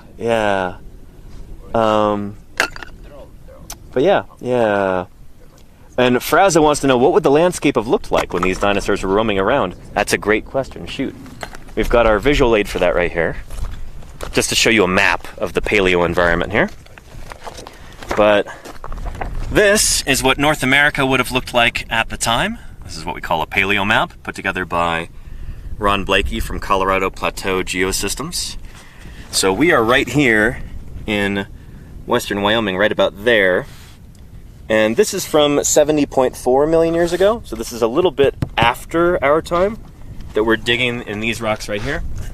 So at this time, this seaway would have been encroached even further up into here. So we would have been right on the coast. So this environment would have been much, much flatter at the time. Big old floodplain stretching out to here, and just off to the east, over there, would be the western interior seaway.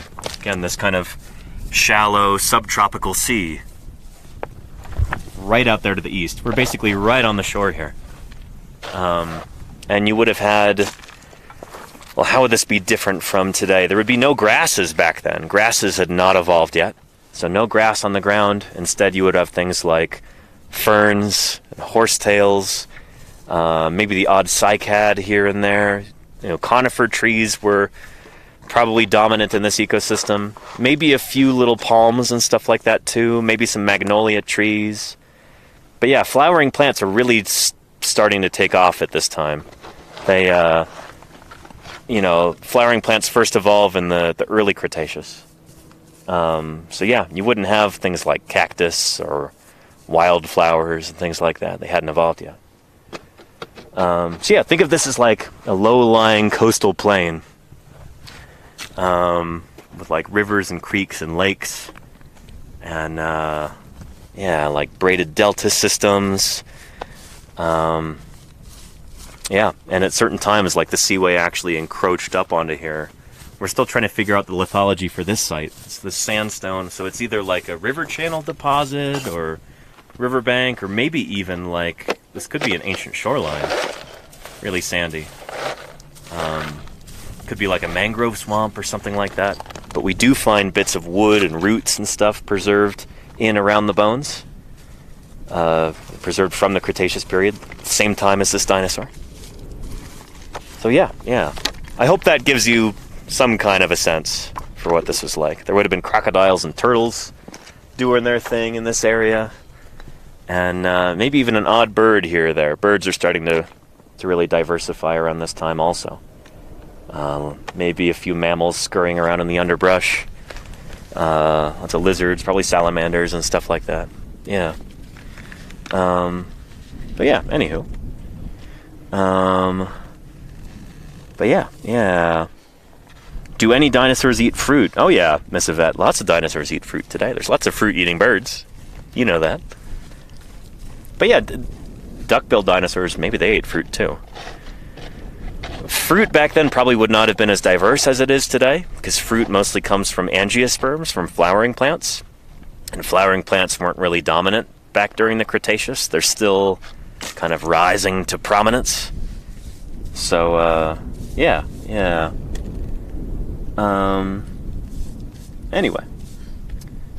And Pang says, would you worry about snakes right now? Wouldn't they be underground because of the heat? It's not that hot. And this is beautiful snake weather. And we've not seen a single snake so far. Not a single rattlesnake, at least. I did see a gopher snake last week, which is cool. But no, this is excellent snake weather. And they like the heat. So it could be 100 degrees outside and they'd be loving it. Yeah. Izzy says, how big were the dinosaurs in this area during the time the duckbill they were on? I mean, this duckbill dinosaur would probably have been the largest dinosaur in its ecosystem. Because we don't have sauropods here, so yeah. This is probably the biggest dinosaur at about 40 feet long for this time and place. Yeah. But yeah. And Lugnudo has got a great question. What's your favorite creature from the Cambrian period? Oh man. Mine would probably be Haikuichthyes, which is like, it's related to Pikaia, a basal chordate, but probably might even be a fish, for all I know. But that's what gave rise to critters like dinosaurs and humans, the ancestor of the vertebrates. Yeah. Yeah. We can ask Quinn and Ethan too. Have you guys got a favorite Cambrian organism? Probably Wiwaxia. Wiwaxia with the Those weird frond things coming off the sides. With whatever it had. Yeah, yeah. I don't even know how to describe the spikes. Yeah. What about you, Quinn? Cambrian. We don't have Eurypterids yet back then. No, yeah. They're more like, do they start off in the Silurian? Gila monster? Tully monster? Tully monster? Tully monster's Carboniferous. Yeah. Pennsylvanian period, I think. Yeah. Wiwaxia. Opobinia is cool too, with that weird vacuum cleaner nozzle nose thing. Yeah. Anyway, great question. I appreciate that. Yeah. But yeah, good stuff. Oh, and Lenina even found the Wikipedia article for Wiwaxia. Thank you, Lenina. Yeah. Oh, and Opobinia is pretty cool. Those 5 eyes on stalks and that like weird proboscis mouth thing. Awesome. Anyway, you can see here that Ethan and Quinn are brushing away the dust, trying to clean up this area so that we can jacket this. It's important to have things nice and clean so you don't get a bunch of dirt and grit and crud inside the plaster strips, which I kind of did yesterday, but I made it work.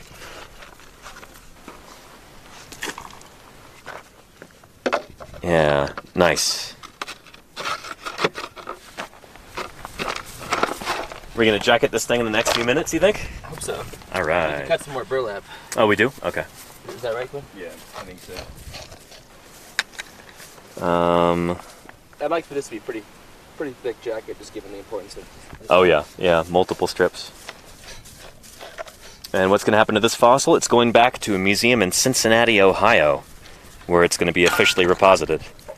So yeah, all these fossils are going to a public museum, where they belong. Yeah. And, oh, Stink of My Rear is back too. How are you doing, Stink? Welcome, welcome. Well known in this community.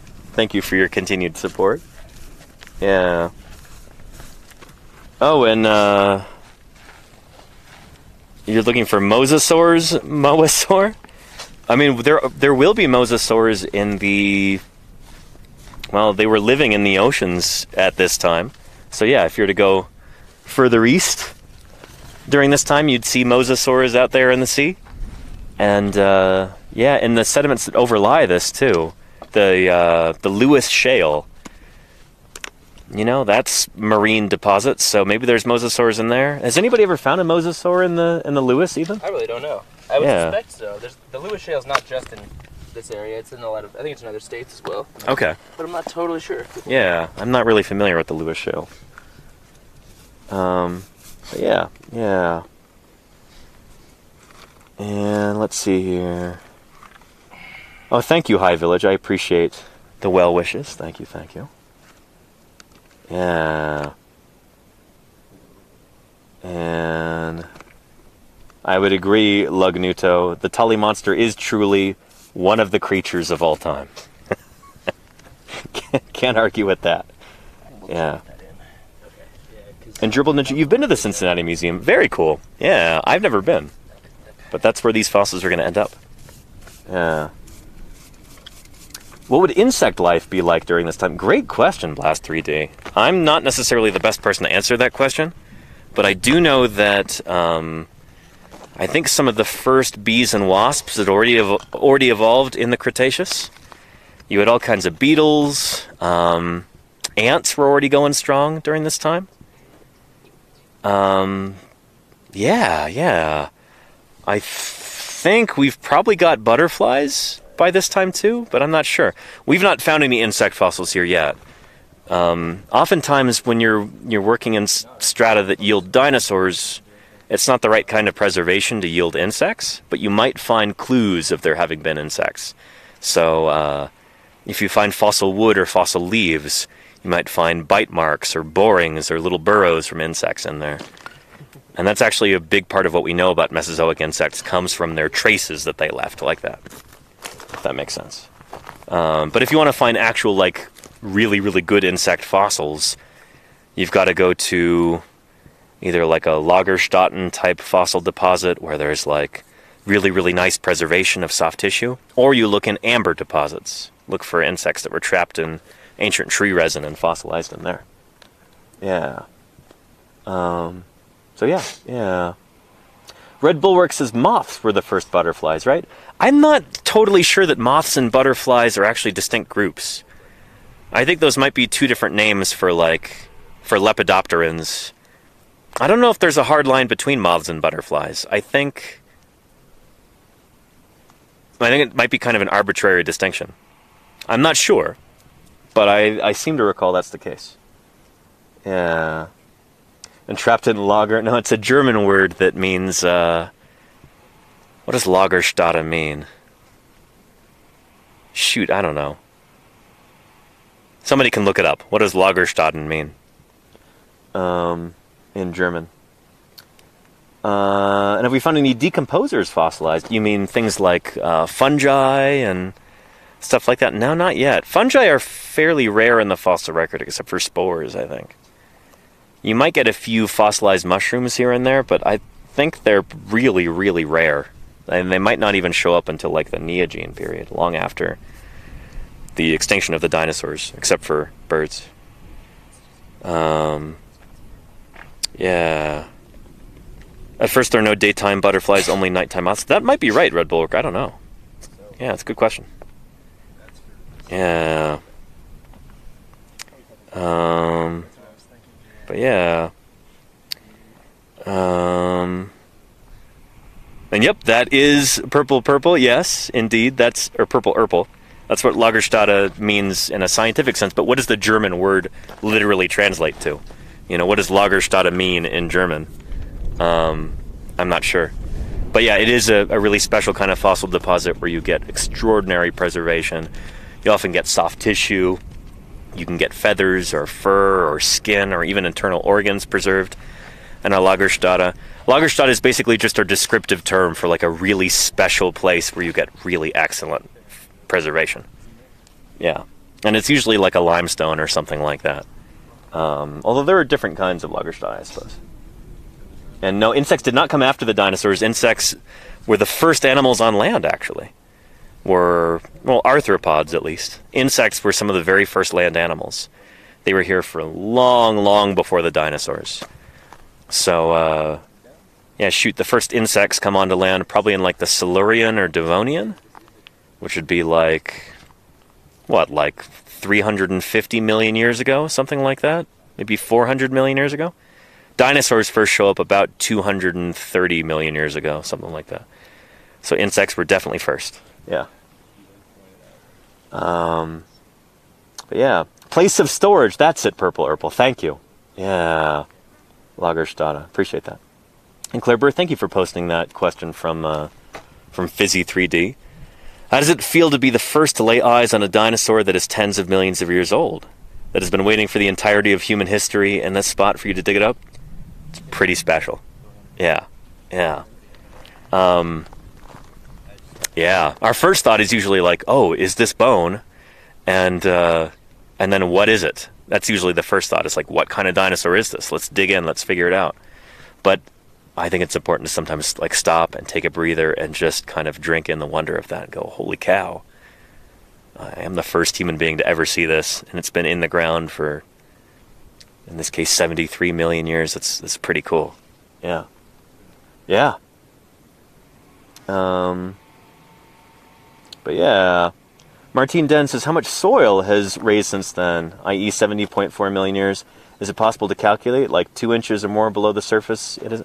So these used to be well under the ground, but they've since eroded out. So I could talk about erosional versus depositional environments. Out here in western Wyoming today, these are all erosional environments. So this rock is being destroyed. It's being weathered away, lessened. But you get other places like, you know, the bottom of a river or a bayou or a swamp or something where you have sediment being laid down. So in this case, this used to be a depositional environment when this dinosaur lived and died. It was buried, and then conditions changed.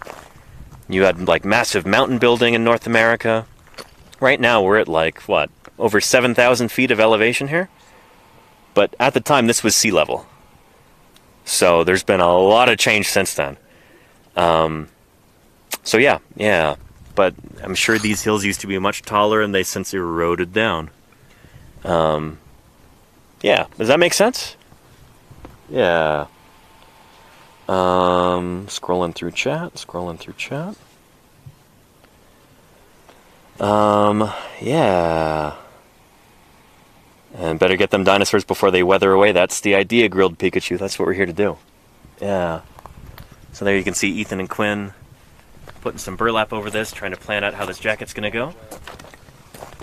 And in the meantime, I'm going to go get some water, because I am thirsty, and I'm talking nonstop here. Yeah.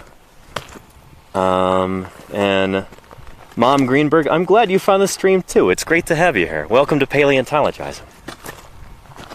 Here, I'll get some water and I'll do a little station break. Yeah. Any geologists on the team? No professional geologists. We're all paleontologists or students or volunteers. But we might have a sedimentologist coming out at some point, which would be pretty cool. Yeah, let me do some hydrating. There we go.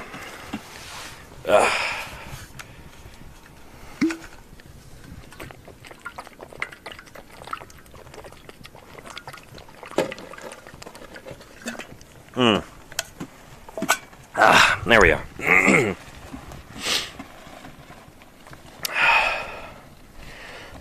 Excuse me. Yeah. And, oh, thank you, Anonymous Gifter, for that gift sub. I appreciate that very much. Good stuff. Yeah. And this is the Campanian, yes, Moasaur. Kind of late Campanian.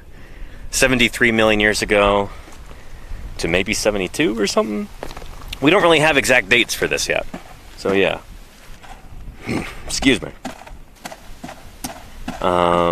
Yeah, high quality H2O, very wet water, which is what you want. And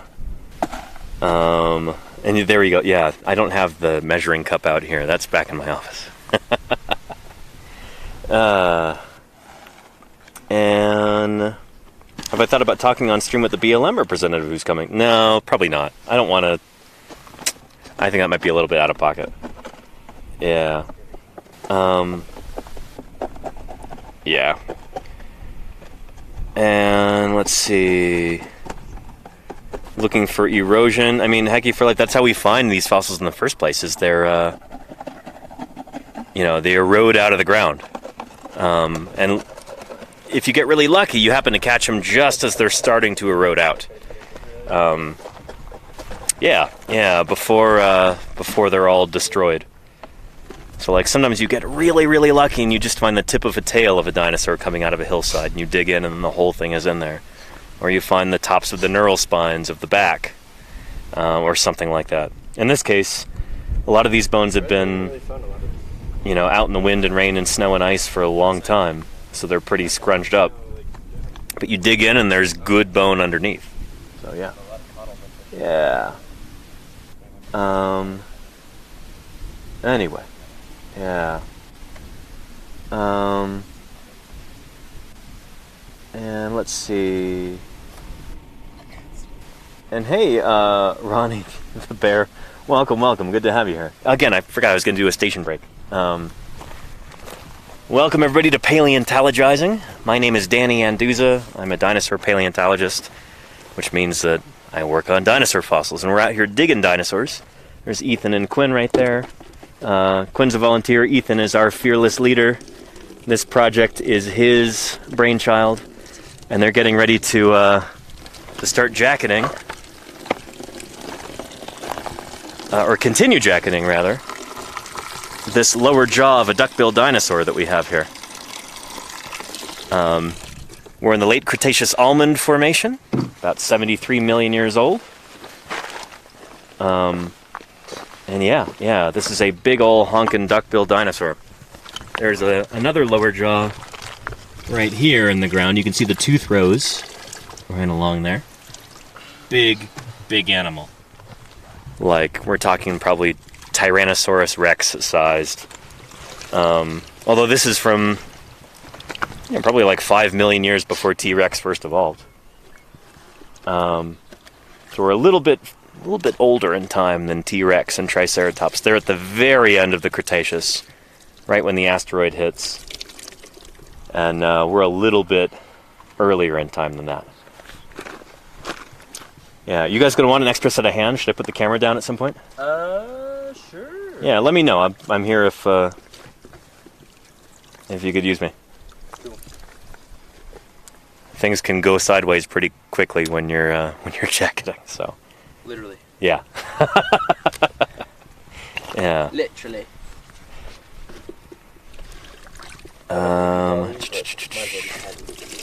Wombat Hole says you would get fit carrying that much water up the hill to carry the bones back down. Oh, you know it. Yeah. Ethan this afternoon. Yeah, Ethan carried that. Funny you mentioned that. Big 6-gallon igloo water jug there, all full of water, and a rucksack too. So yeah, lots of hiking up and down to the road and back. Yeah. Miss Yvette wants to know, has anybody ever found dinosaur brain before? Yeah. We were talking about that actually. Yeah, like an endocast from a dinosaur? What's your take on that, Ethan? Yeah, people found there's an iguanodon brain from the UK. That was Really? Described a few years ago, yeah. But that's just like infill of the brain case, right? It's not a fossilized brain? Yeah, I mean, it depends how you define fossil, I suppose. I mean, Yeah. The brain isn't mineralized, it's just, I suppose, it's the, It's like sediment filled in the brain cavity? yeah, it's just a mold of the brain. So, Yeah. Yeah. Yeah. So, yeah, you could say there's fossil brains. Sure. Yeah. Let's see. Fossil for brains. You got a fossil for brains. What a diss. Looking for other questions Alright, you here. want to start? Get me. Lol Dazo says, how did an asteroid wipe out all the dinosaurs? Well, it didn't, actually. There are a few species of bird that survived. So, strictly speaking, it didn't get all the dinosaurs. Since birds are dinosaurs and a few species survived, then yeah, you know, today they're going strong. We've got over 9,000 species of living dinosaurs. Birds. But yeah, no, it was a bad day to be on planet Earth. Holy cow, when that asteroid hit. It's something like, I don't know, between 70 and 90% of life on Earth died out when that asteroid hit. We're talking about a rock the size of San Francisco slamming into the Yucatan Peninsula of Mexico, sending out tremendous tidal waves and, you know, shock waves, infrared radiation would have just cooked everything within a few hundred miles. Caused massive wildfires, soot up into the atmosphere. Bits of what we call tektites, which are they're like bits of molten rock would have rained down from the sky, thrown up by this asteroid. It would have been a really, really bad time. And it's like, even our ancestors, the mammals, almost went completely extinct. It's probably something like 90% of mammal species died out. So everything that we have around us today in our modern world is descended from the few lucky survivors of that incident 66 million years ago. So, yeah, pretty lucky, you know? But that's how life goes here on Earth. And that did not change the position of the Earth in space, Earth-torn, no. It was a big asteroid, but it wasn't that big. Shoot. If there were an asteroid big enough to, like, knock Earth out of orbit or something, it would just straight up completely destroy the Earth. So, yeah. Yeah. This one was about 7 miles wide, this asteroid. Yeah. But yeah. And you're right, Fatal Butterfly, there were, you know, crocodilians and sharks during the time of the dinosaurs. But, and they survived. But neither of them are dinosaurs. Alright, so here we go. Now we get to witness the delicate dance of plaster jacketing. So Ethan and Quinn have poured some water into that plaster basin. Do you want to do that one first? Mixing up some plaster. Yeah, I think so. And they're going to soak those burlap strips in the plaster, and then, like bandages, wrap them around our other lower jaw here to help protect it for its journey back to the laboratory. Yeah. Yeah. The other side. it's one. I think it's just so heavy. Yeah. It should be. We might not go all the way through, but it'll at least, if we have them coming from both sides, I think it should do the trick. Okay. So there's a lot of discussion here. Once the plaster gets mixed, like I said yesterday, it's yeah, there's no turning back. The clock is ticking. So that plaster, there's a chemical reaction happening in it. It's going to start heating up, and it's going to start hardening before too long. Alright, ready? Thank you. Yeah, so Ethan's getting some plaster all over those burlap strips. Making the dough. Yeah.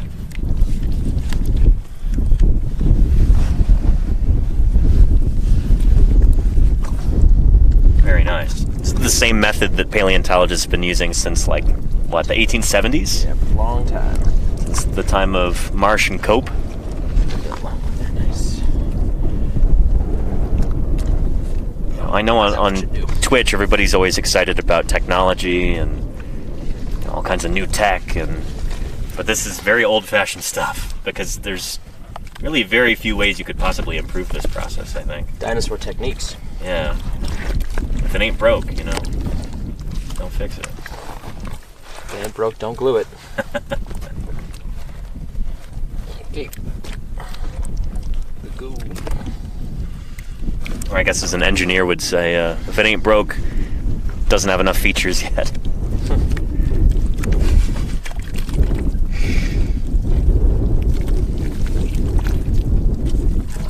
Yeah. Dorky on TV says, the Zoomers like goo videos. They might be into this. Nickelodeon. That was a thing when I was a kid, yeah. Getting slimed. Yeah. What was their... Didn't they have like a proprietary term for their like green goo? Was it slime? I think it was slime. Okay. Slurp. I guess it was just slime, huh? Let's start with these boys and then we'll just see if anything more. This is the first one. Yes. All right. Oh, GAC? Was it GAC? I feel like GAC was... There was commercials for that. It was like a product you could buy.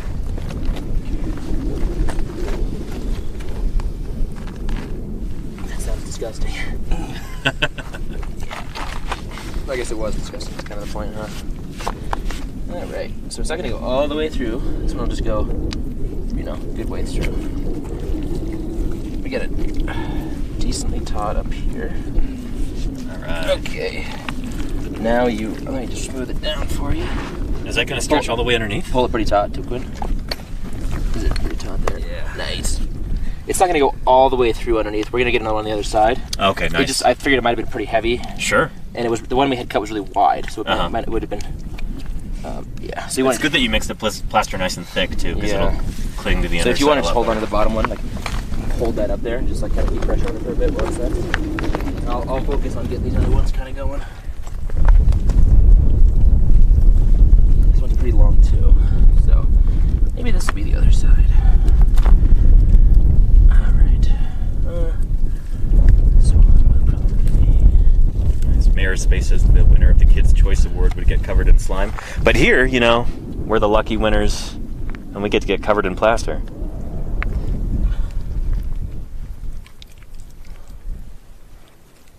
Okay. Nice.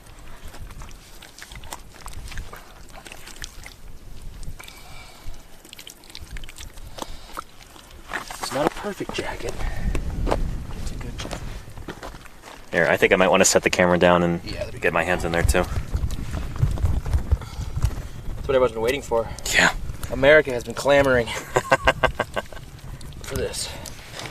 To see Danny's hands. Well, I did this yesterday. Oh, that's right. Sorry, I didn't watch. Whole jacketing stream. Ugh.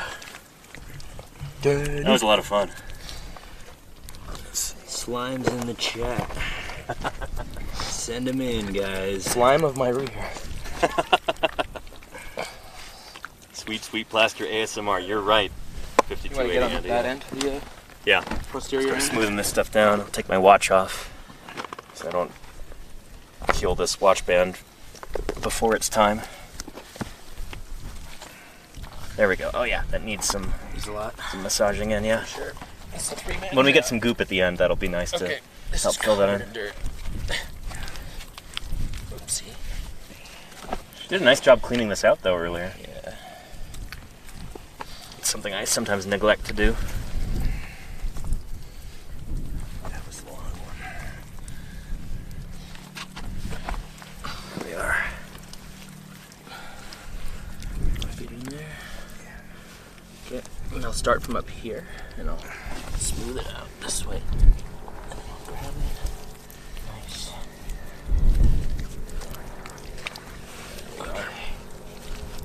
Okay, Denny. I think the under strap needs your attention more than that. All right, perfect. Yeah, there we go. Oop, there's two there. Yeah.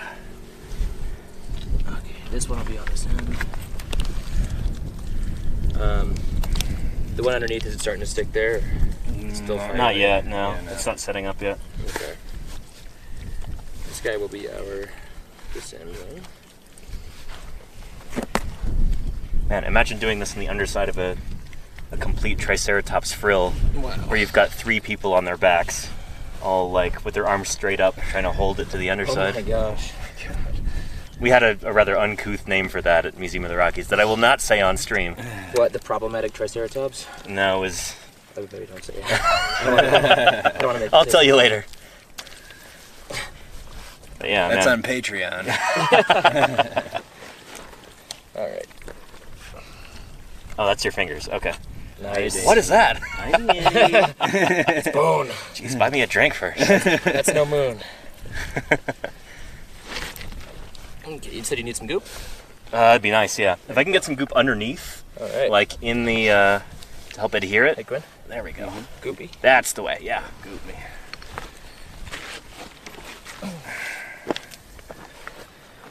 Got another strip here I could fill up, or I could give you guys goop.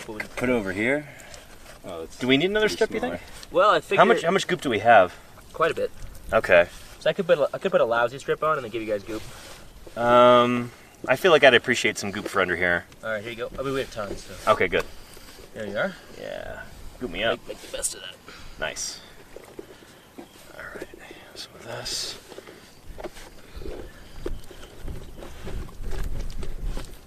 There we go, that's nice.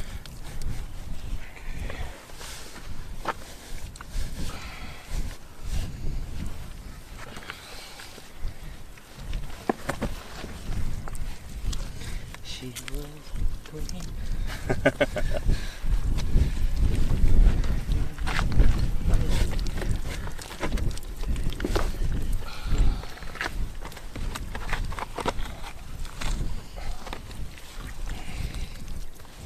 Cool. Yeah. Oh, we really need one where your left leg is. Oh, It's a big a gap. strip there? Yeah, for sure. Okay. We There's could, one over here as well, Ethan. I mean, we might just need to do another round. Sure. Yeah. Sure. Hopefully everybody can see right now. Whatever it takes. And hopefully I need to check the chat in a minute. Well, I can't. I'm gonna hold this here. Yeah. The chat can wait. All right, mind your left leg, my friend. Yeah. Bit of a dingy strip there, but Make it work. yep.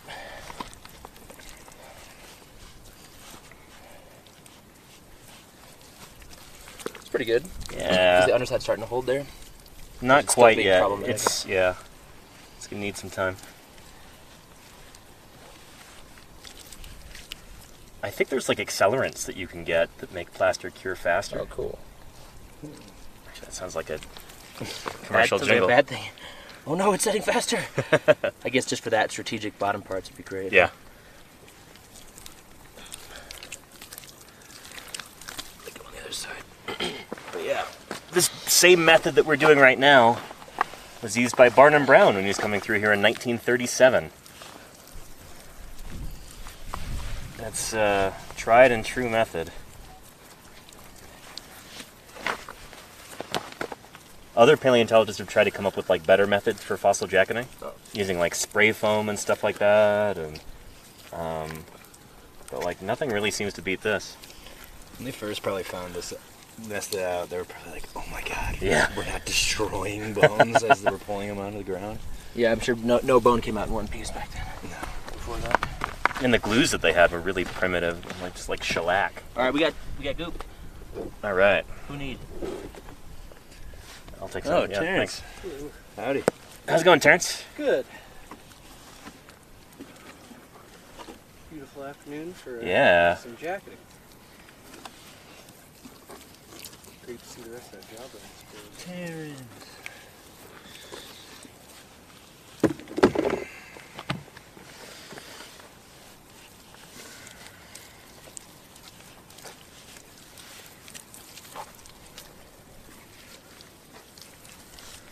Actually, Terrence, could you do me a favor? Yeah. You tap that phone right there and make sure that people aren't putting F's in the chat or anything. Want to make sure that it's like press F to pay respect. It's like that's what you do if the stream has gone down. Does everybody seem happy? I think so. Okay. That's a funny meme. Oh yeah, we're good. We're good. Thanks. Mm-hmm. Isn't that from like a Call of Duty game? It or is, something? yeah. I didn't know that was a real, like... No, it's made its way into like That's Twitch lingo. pretty funny. Yeah.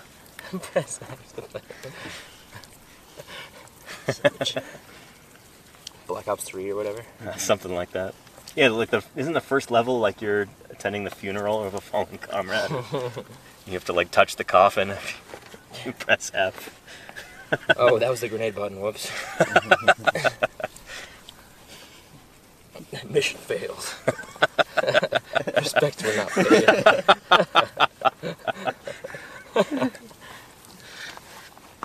Alright, you guys anyone want to break in there? No, understand? No. Good. You got it, yeah. Can I get in here? It's starting to, Oh, that's it. yeah, It's starting to do the trick. a little bit. This side right here is good. Yeah, I can hold that side if you want to get It's in tough because the rocks are kind of loose underneath, so there.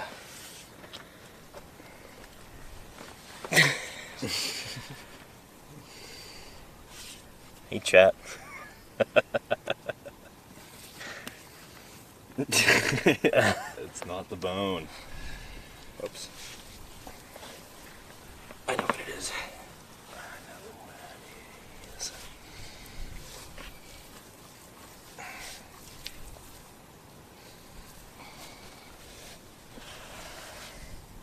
Alright, it's starting to sit up a bit.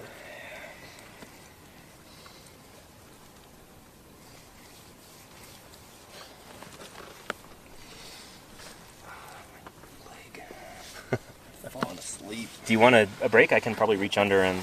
Okay. Yeah. Yeah, there we go. No, I can't even touch anything now. Yeah. I'll just There you go. adjust. Adjusted. Okay, cool. Respect's paid. Respects paid. F.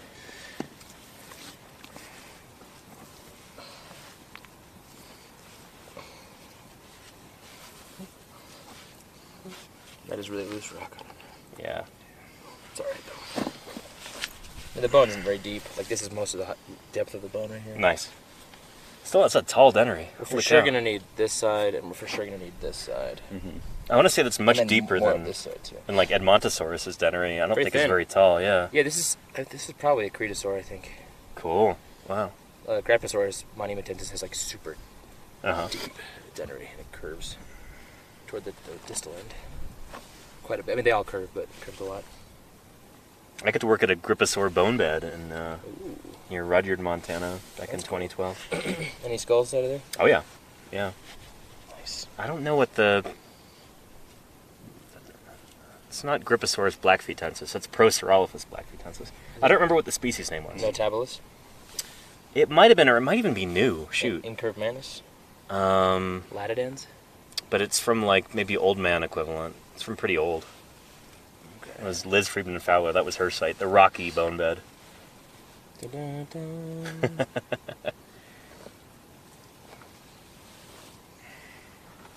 It's just not holding. Yeah, no.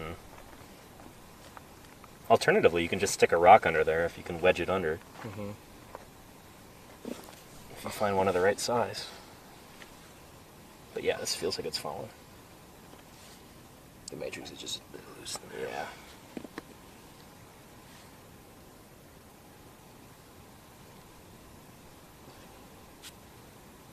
The exciting world of dinosaur paleontology.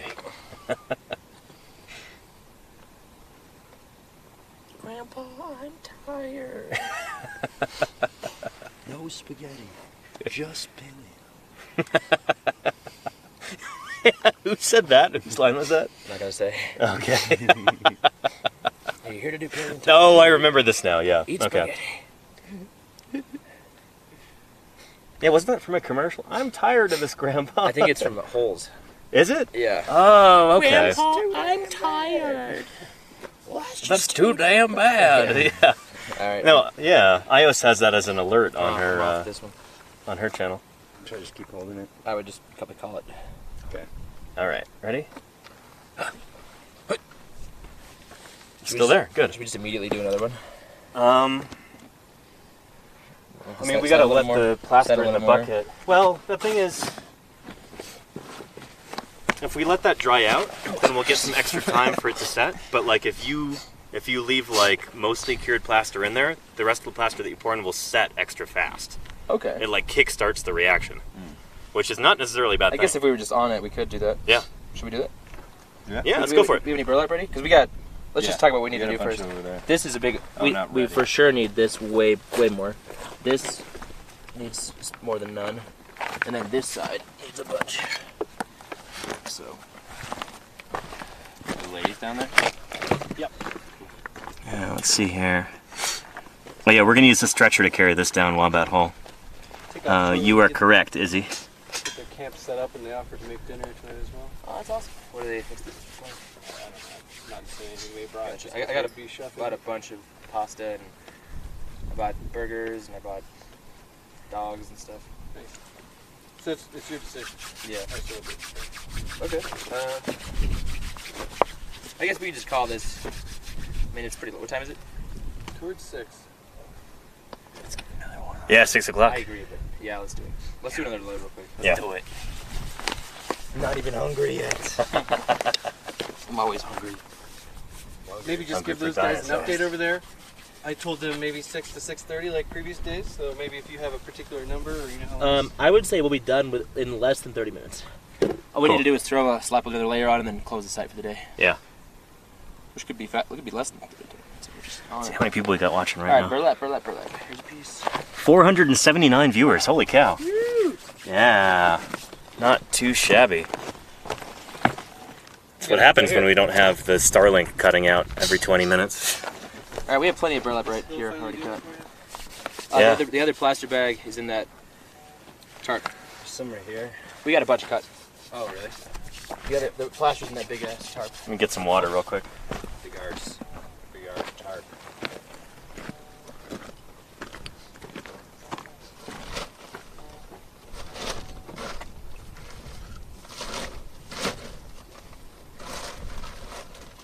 Took your back. Your legs. That's what they teach you over at the boxing school. Boxing big.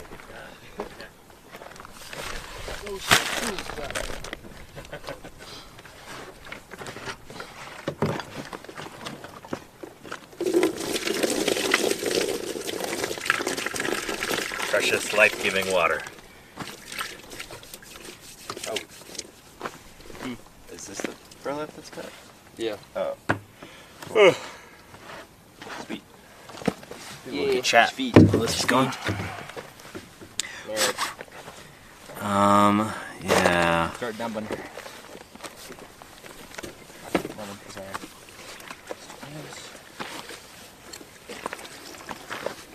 Man, it's tough to keep my screen clean enough where I can see everything in chat.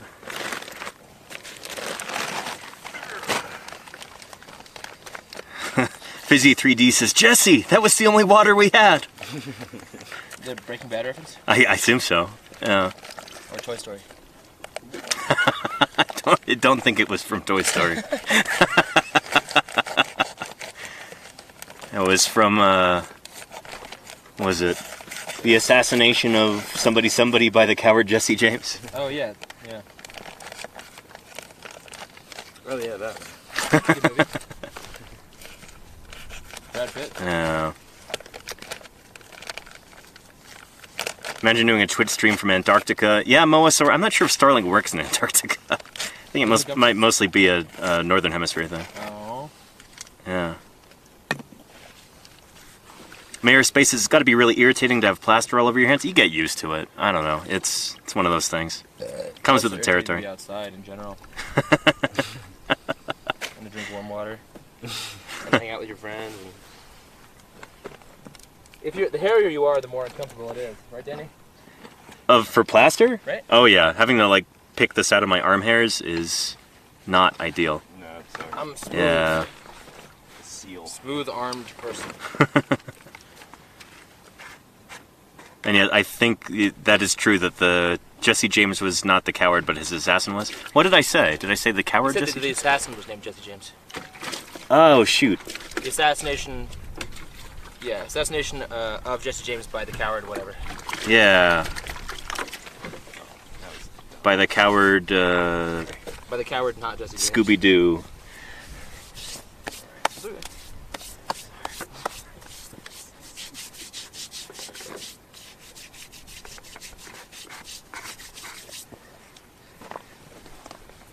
Do you have any funny plastering stories? I do, Izzy. Not all of them are appropriate for Twitch chat, however.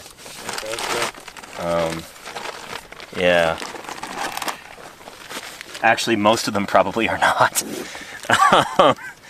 Yeah. And Jody Fish, this is a duckbill dinosaur, a hadrosaur that we're jacketing right now. This is a different site from yesterday. This site we call Skull Ridge. The site from yesterday we called T-Bone. But yeah. And Australian streamers use Starlink? I did not know that, Mythic Mexican. Thank you. That's interesting. Yeah. What about Antarctic streamers? Yeah, I don't know if there are any Antarctic streamers, but I would like to be one. All right, that's it. That's good. Oh yeah. So thick already. Robot Ford shot Jesse James? I don't know if that's correct. Robot. And Adenosine says, how do you know the dinosaur? I mean, we've been digging it up, so we know it pretty well at this point. I'm kidding. These denities are from a duckbill dinosaur, from a hadrosaur. You could tell by how they are. Well, you get tooth rows here. Let me show you. Be real careful. There's a new bone under that little witch broom, so just don't step near that. Okay. Just heads up. Yeah. Yeah, so you can tell by how it is. Yeah, so that's unmistakable, a duckbill dinosaur. You get those tooth rows like that. So Quinn, start looking for spots that need it. Just sort of there we go. register them and all. So right here is where the predenary bone would attach. This is like the beak The one on my at the side, front. like And you're looking at, yeah, that's a good one. imagine you're in the mouth looking out at the jaw. This is what we call a lingual view. So right there, these Biggest one probably go right there. like that. Okay. These are the tooth rows right there. This one is medium-ish. It looks. There's also ceratopsian dinosaurs. Horned dinosaurs can have a similar kind of. Not similar, but it's like, I don't know. I guess really roughly similar type of lower jaw. But it looks very different from this to a trained eye. The texture is also not like ceratopsian dinosaur at all. So definitely a duckbill dinosaur. And we have duckbill dinosaurs from a little bit more recent than this. From like the Lance and Hell Creek formations. This looks pretty similar to some of those. So yeah. So it's exactly the kind of dinosaur we would expect to find in this formation. How's it looking? I would call it. I would Put this back over here. So you can see it. There we go. That's good.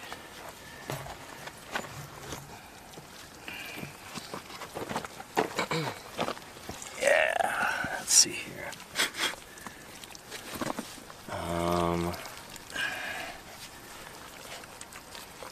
Oh, that is pretty cool, Frazo. There's a guy who works on the HMS David Attenborough, and he sends postcards to schools from the Antarctic. He sent one to my son's school. It was pretty cool. That does sound pretty cool. Neat. Yeah. And Infinite Potato says, I switched from XQC to this, never going back. Yeah! Welcome to Paleontologizing. Welcome. Yeah, this is the new big thing on Twitch. Yeah. And None Pizza Beer Left says, this stream is making me so happy. Thank you for this. Thank you, None Pizza Beer Left. It's great to have you here. Yeah. Tell your friends, you know? Really long. Have them right in. Huh? I think it will go the long way. This one's really long. Okay. Maybe right here. Maybe just from the end to end, maybe. Okay. Yeah, perfect. All right. Are we gonna do another strip under the bottom? We probably don't need that. Another Yeah, understrip? it's also heavy. Like, it's Yeah. heavy down there, so it's not really working. You wanna do that? Yeah. Slip. I'll put it a little bit further down. There we go. If I can get this, then I guess. Yeah.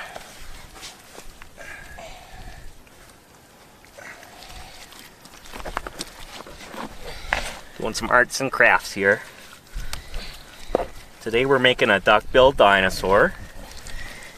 You'll need plaster, you'll need burlap. Mom, where do duckbill dinosaurs come from? You're not old enough. They come from eggs, Johnny. Stork eggs.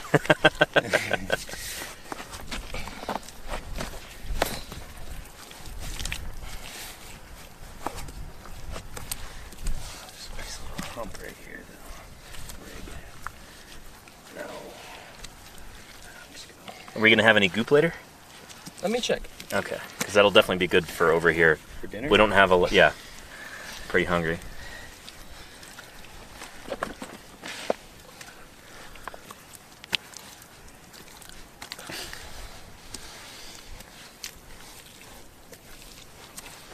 This was the first time that I heard that Gwyneth Paltrow's like pseudoscience product line is called Goop, and I'm like, that's dumb. That's their name for all the leftover plaster in the bucket.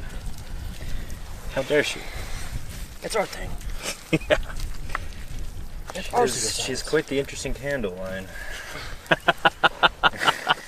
I heard about this. Yes.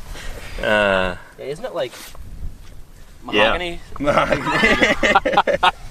I dare say it's even more interesting than that.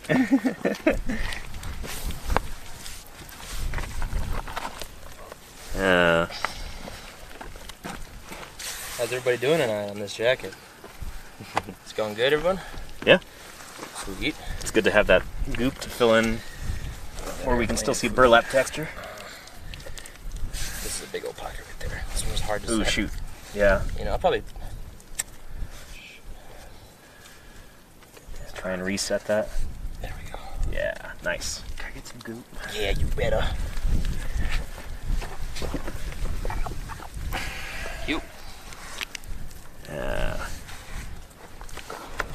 Oh, this is dangling on my baboosh. Dangler. Down the dangler.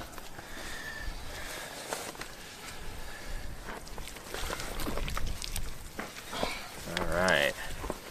Looking good here. Yeah, I'll get the underside if you want to get the part next to your left shoe. 'Cause that's not really, this is not really adhering at all. Oh, gotcha. Shoot.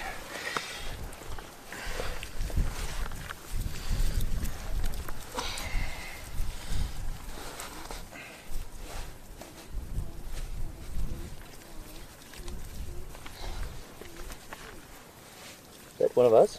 It is. Who? Was it you, Ted? It's not me. Whoever Never I'm mind. calling, Sorry. I'm sorry. I cannot come to the phone right now. No one's on our phone. I don't know how that even happened. Pretty weird. Like voice command or something? Someone's just gonna get a really long voicemail. Hey Siri, call everyone. Quinn, are you okay? Setting up. How do we get the plaster off? An attractive cactus wants to say. We can raffle this up. No, we've done that before actually with like with jackets. So you use like a cast cutter to cut it off in the laboratory.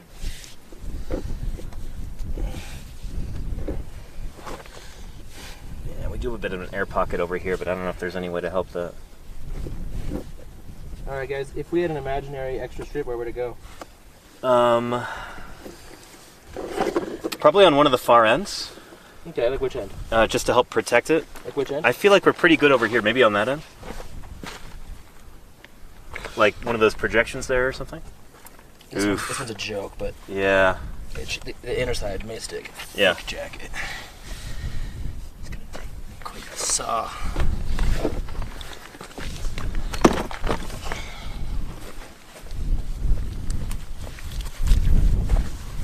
Nice. Here, get another hand on that.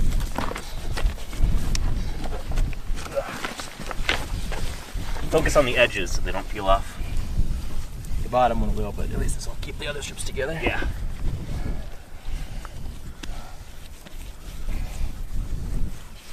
Alright. lot better than I thought it was going to. Yeah. Yeah. Well, because the bottom side was like, Saved. totally covered. Yeah. We Nice. just needed a little bit to get it on top. That's, Like a that's carpet on top of it. definitely flippable tomorrow. Yeah. Good deal. Tomorrow we might come back with 2 lower jaws. And we'll find a third lower jaw. Instead of our normal 3. The horn. This is the jugal horn. The epijugal right here. Yeah, P-jugal of our hadrosaur. Look at my knife. Look at my knife. Oh, yeah. Strong. Take those Klingons off.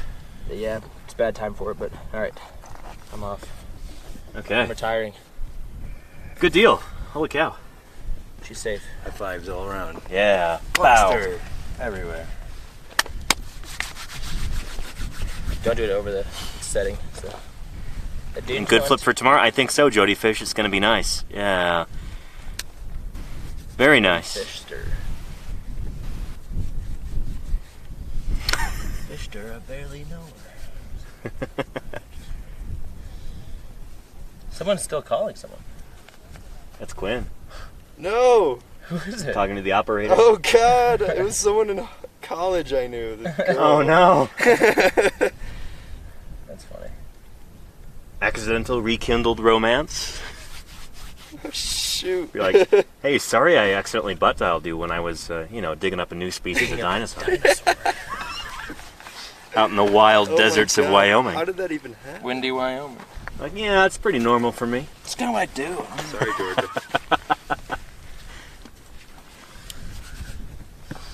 Oh my God, here, all that is. The drum. Oh no, it's like a drum.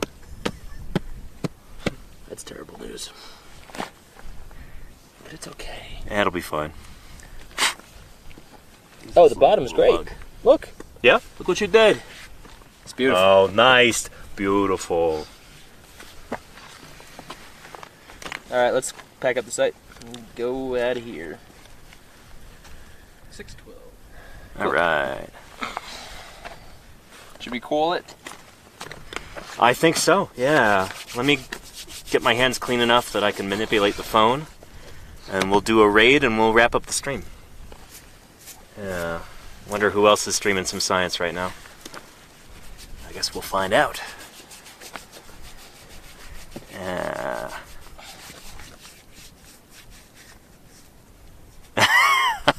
Baby Magic says, Pat's dinosaur, this baby can have so many paleontologists in it. I mean, you just saw 3.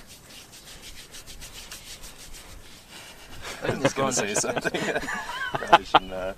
PG chat. PG stream. Yeah, Yeah. this is actually a log, not a rib. Thank goodness. Oh, that's a log? Nice, okay. That simplifies things. Otherwise, we would have broken our strictly crania streak. Ah, Cool. That's a good band name. Strictly Crania. Yeah, strictly cranial. Okay, let's pack the side in. all right.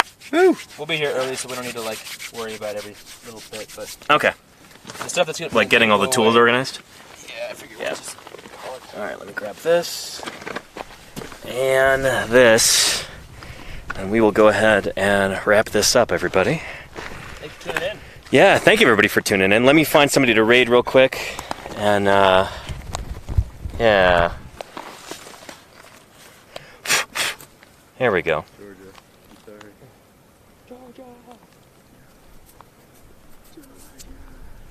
I'm sorry. Who else is live? It's just powder plus. I can drop this in here.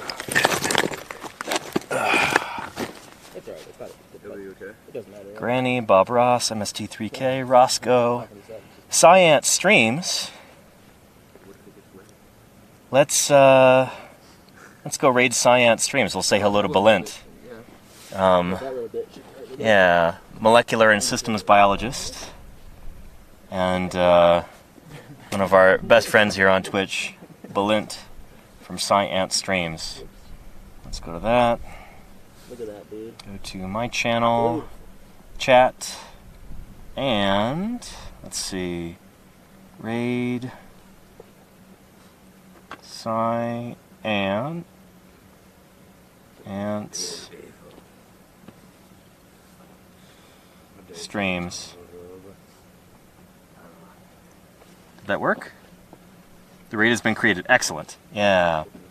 Well, thank you everybody for tuning in today. I hope you had fun watching how we dig up dinosaurs. New species of duckbill dinosaur coming out soon, we hope.